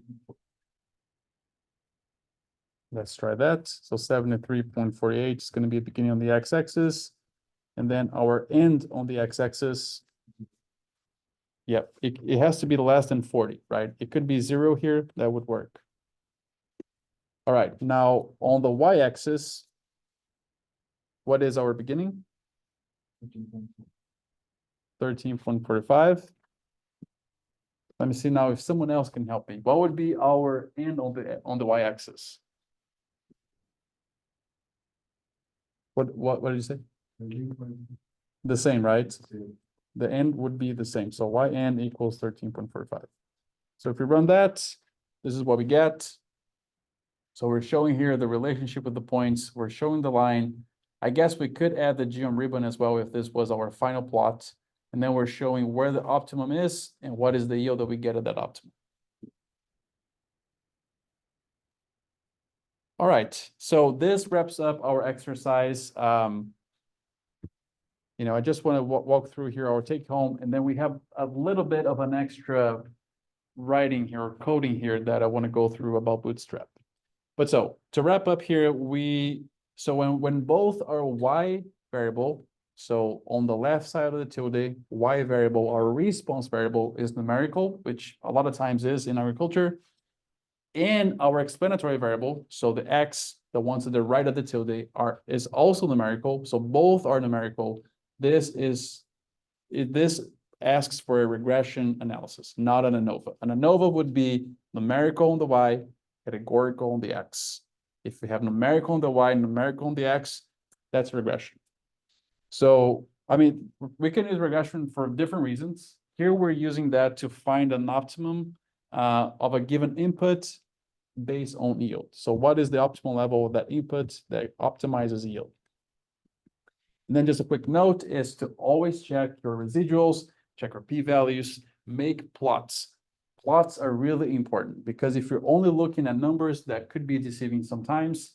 As we saw on the first model, so on the intercept only, it was a highly significant p-value.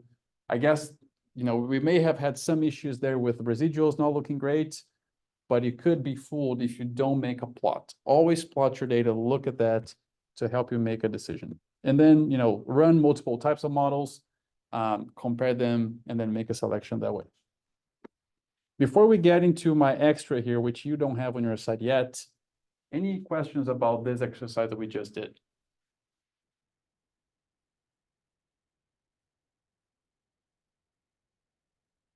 Okay, so before we move to the Bootstrap part that you don't have, I did update my website today with some reading materials for you to explore and perhaps help you to create a better understanding of these topics. So if you come here, let's see, let me try on Chrome.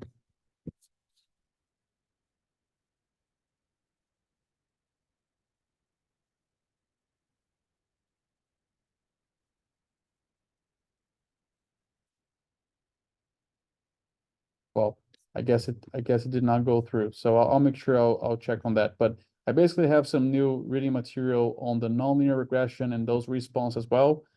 One of them is going to be a chapter for you to take a look at and see some other examples, some other implementations, some other functions.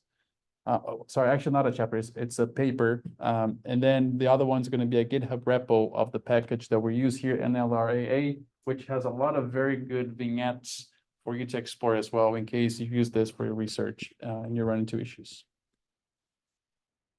Okay, so I guess last class, we briefly talked about bootstrapping. We did not really get to like a very deep explanation of that.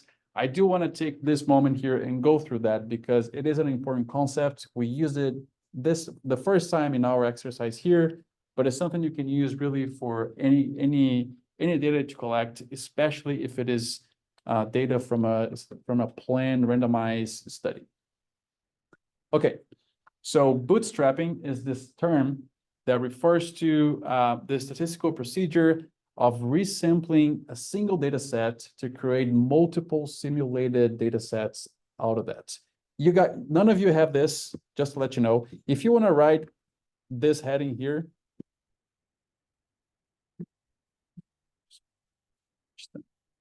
Yeah, so Sekar is asking here, because Bootstrap is taking random different samples, the ribbon that we produce could be different.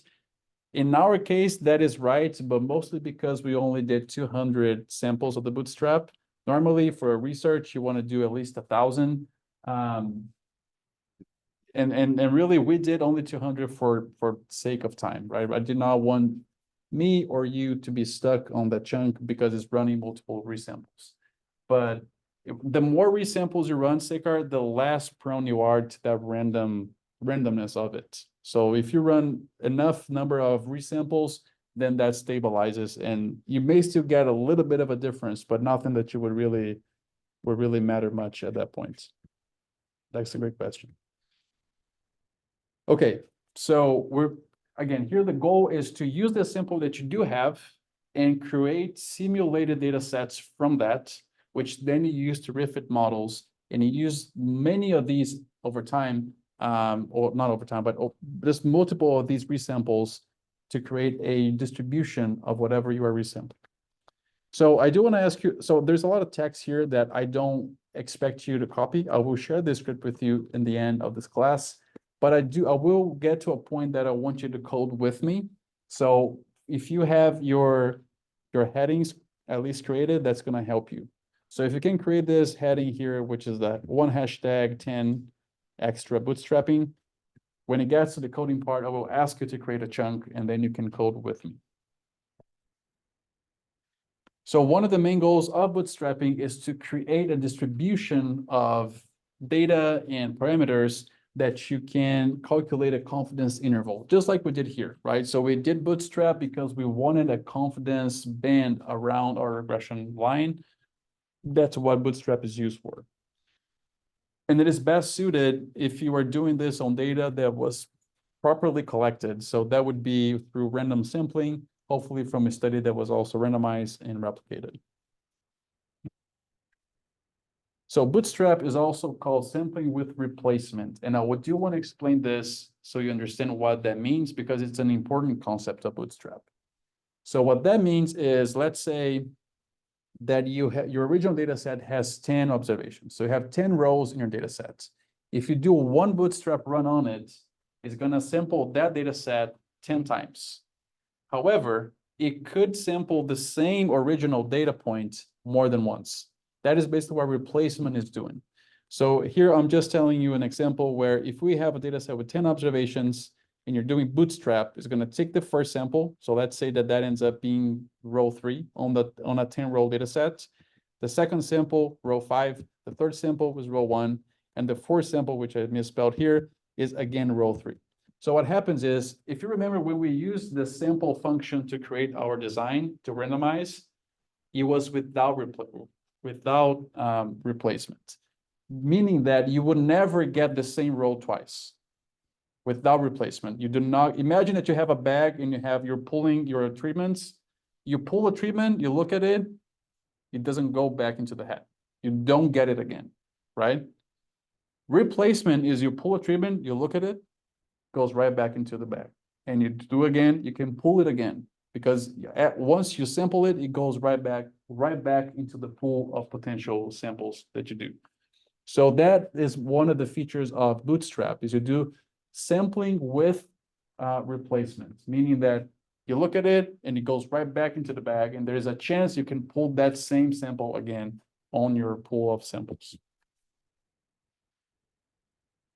Okay, so so in experimentation, the data that we collect is just one realization of that potential data set. What do I mean by this?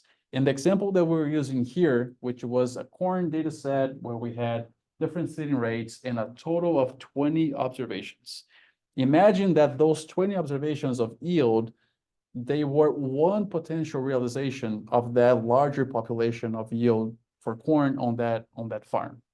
So let's say, if you think about it, what if when you sample your plants for yield assessment, maybe you sample from row 4, like you had, 4 rows. Maybe you sample from row 3, let's say. But if you had sample from row 2, so just a different row, maybe you get a different yield amount. And that will most likely happen, right? You're never going to get the same value of something if you just maybe sampled the next row, or maybe if your study was just a little bit off on the farm and you had a little bit of a difference in soil than what you had. So the data we collect is just one potential realization of many chances that you could be getting from that area. And then we use that sample that we took to make inference on it. So we basically, we use that to understand the larger population, but just based on that one realization of the data we collect. Now with Bootstrap, we can create many potential samples based on the one that we got. I want to show you here this figure, which perhaps describes that a little bit more. So imagine the population here is all the potential yield values you would get in your study. And what your sample actually, what your 20 observations are, is just this sample that you're seeing. You're not seeing everything else in the population, right? That is statistics. That's why we do statistics, is we get a sample and we try to learn about population looking at the sample. Now, when we do bootstrapping with replacement, what happens is you come here to your sample. So let's say here has 1, 2, 3, 4, 5, 6, 7 observations. And you, on the first resample, you take again the same number of samples. So 7 samples, but with replacement, meaning that I take one sample here. So let's say I take a white marble. I take that and I say my resample number 1, white marble. But this white marble goes right back into the head and I sample again, right back into the back, go do that again. But that replacement means that you're going to be able to get this distribution here within this one resample that is associated with your original sample. However, you do this resampling many times. In our example, we were doing 200 times. So each one of those times, you're going to get a slightly different selection of observations. Maybe some are going to repeat more than others. And in the end, when you do this many, many times, you get a better understanding of the sampling distribution of your data. This is what bootstrapping is.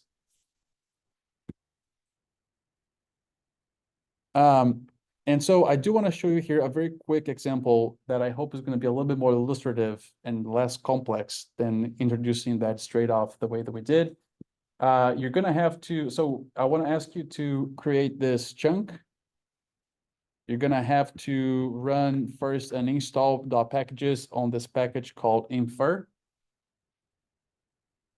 After you install it, you can either delete that line of code or just comment it off so it does not become active. You want to then load the package by using the library function.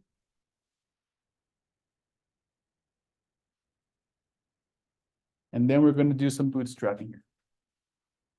I want to give you just a quick moment for you to get through that.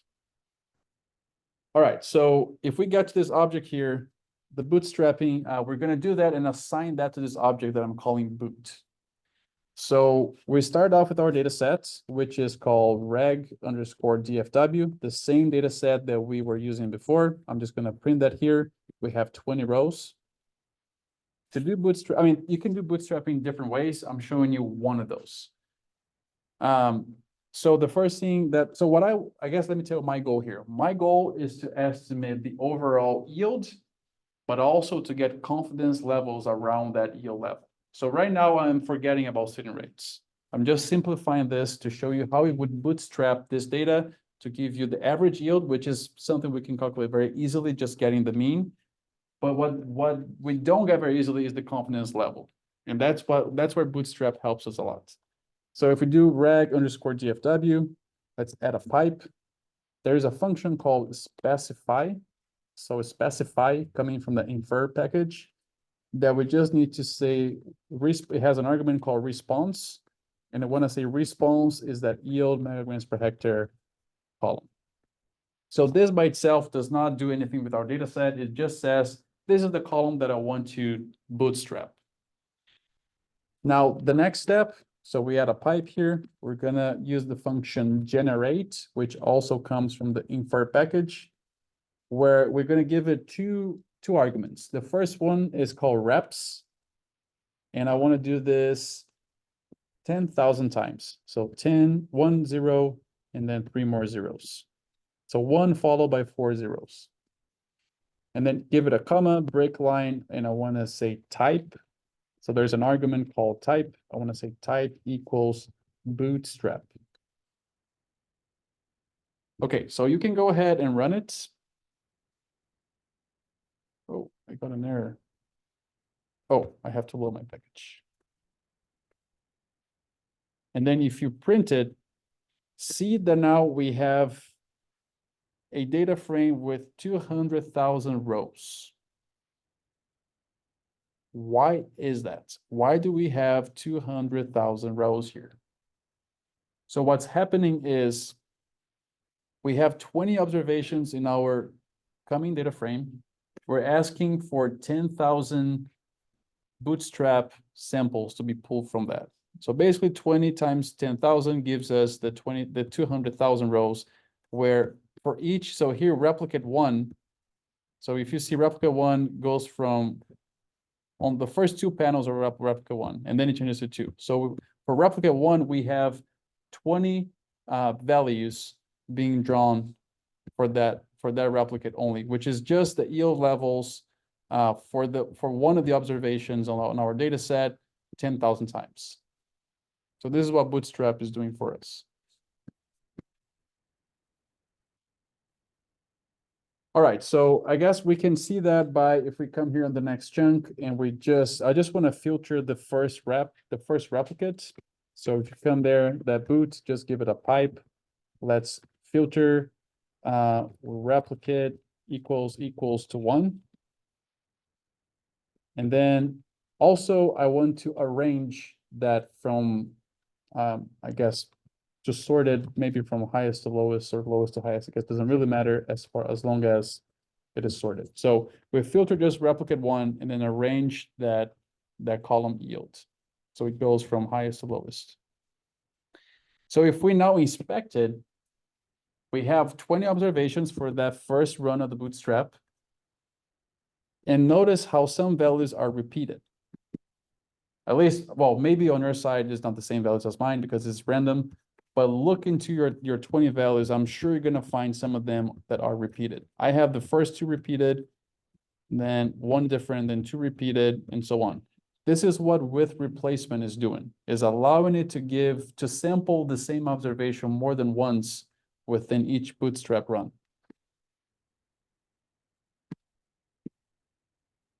All right, so create another chunk. I want to call this boot_mean,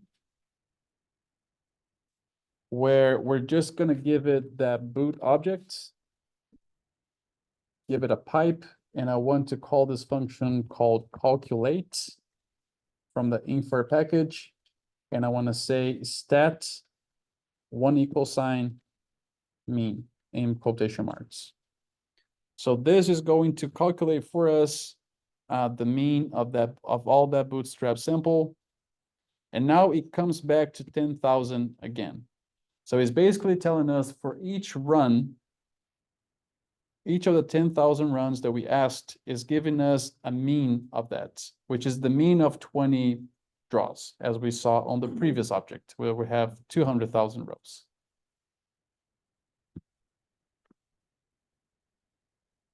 And then finally, so now we have the mean. This is the step that we did before where we got the mean of all those hidden rates on the Bootstrap. So now let's Bootstrap also the confidence levels here. So if you come on the next chunk, this is I'm calling this boot_CI. So please go ahead and create the chunk, create this object boot CI.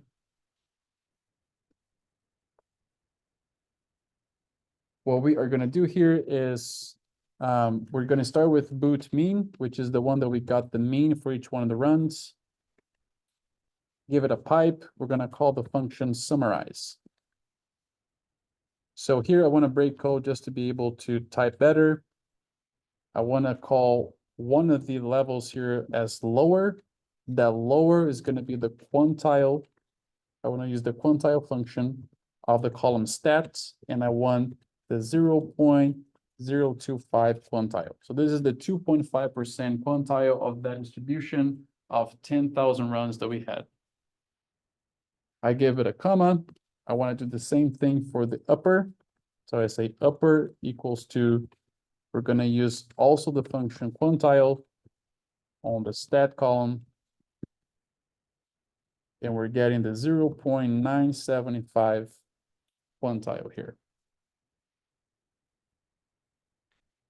if we run this and we print it,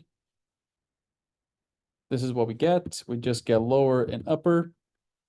So this would be the 2.5% quantile of the distribution of the means over 10,000 runs.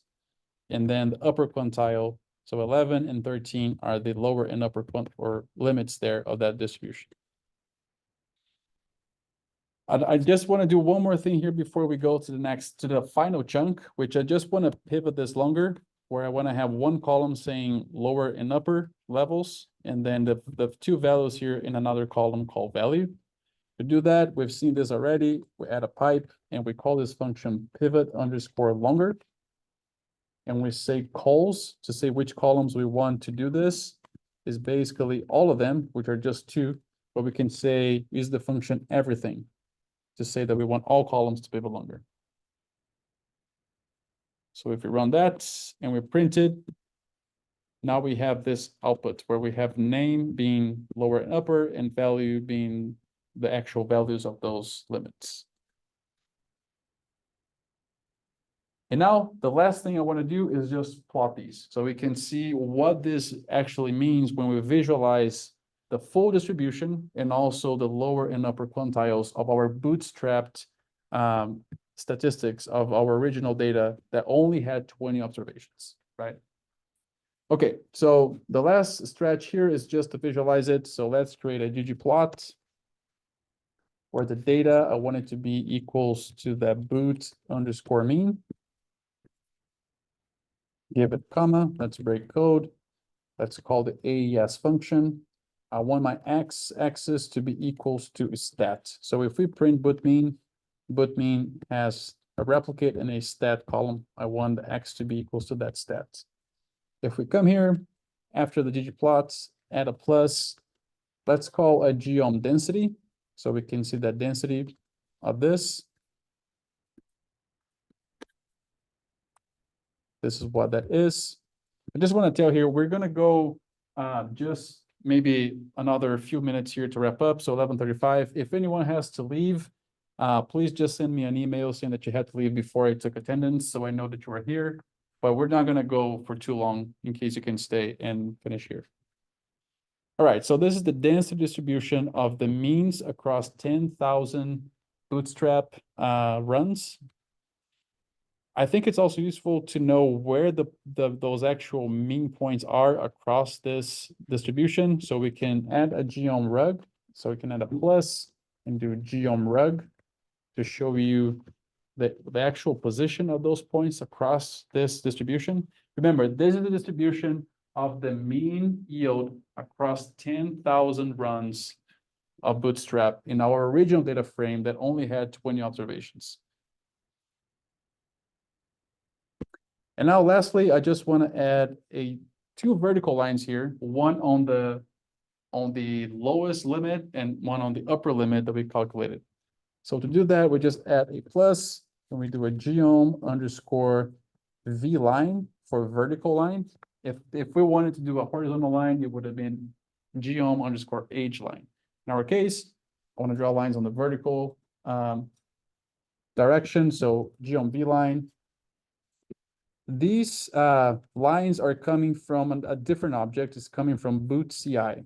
So I have to say data equals boot CI, give it a comma, call the AES function, and it has this geom specifically has this argument called x-intercept,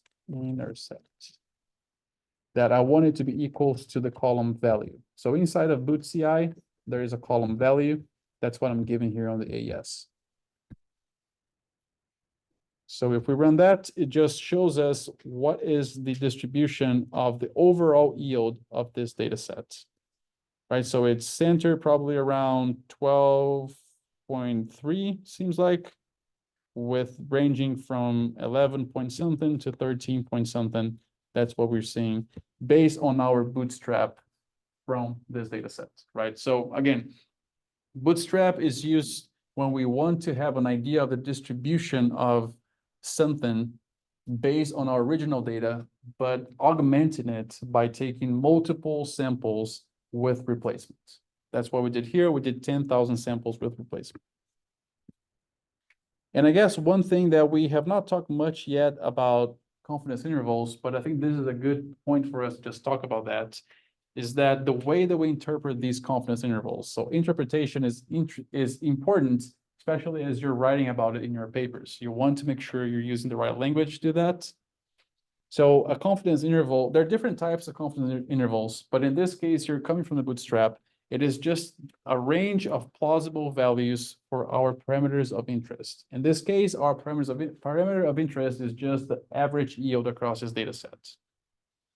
But a lot of times they're misinterpreted with probability, right? So I have here 4 examples of how this could be interpreted, and only C is the correct one. I'm not going to read all of them for you, but what we want to say here is that we have a 95% confidence. So we're 95% confident that the true mean corn yield is between the lower and the upper limits that we calculate, right? So this is not a probability. So there is not that there is a 95% probability. This is not what that means. Is that we are 95% confident that the true mean yield is between 11.2 and 13 micrograms per hectare. That's how you would properly interpret this confidence level. All right. This is all I had. I will share this script with the extra bootstrap code and text with you as well. So we have that for a reference. I hope that you're able to at least follow with the creating chunks and coding along so we could see what was going on. Let me open up for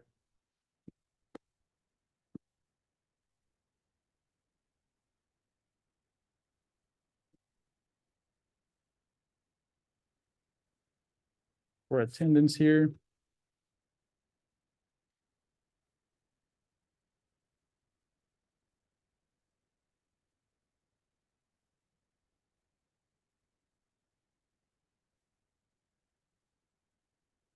Verification.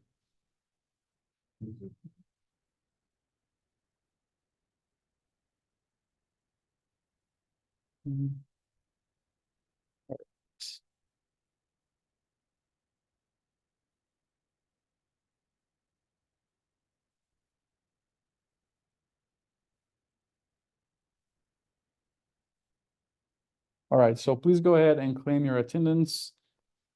And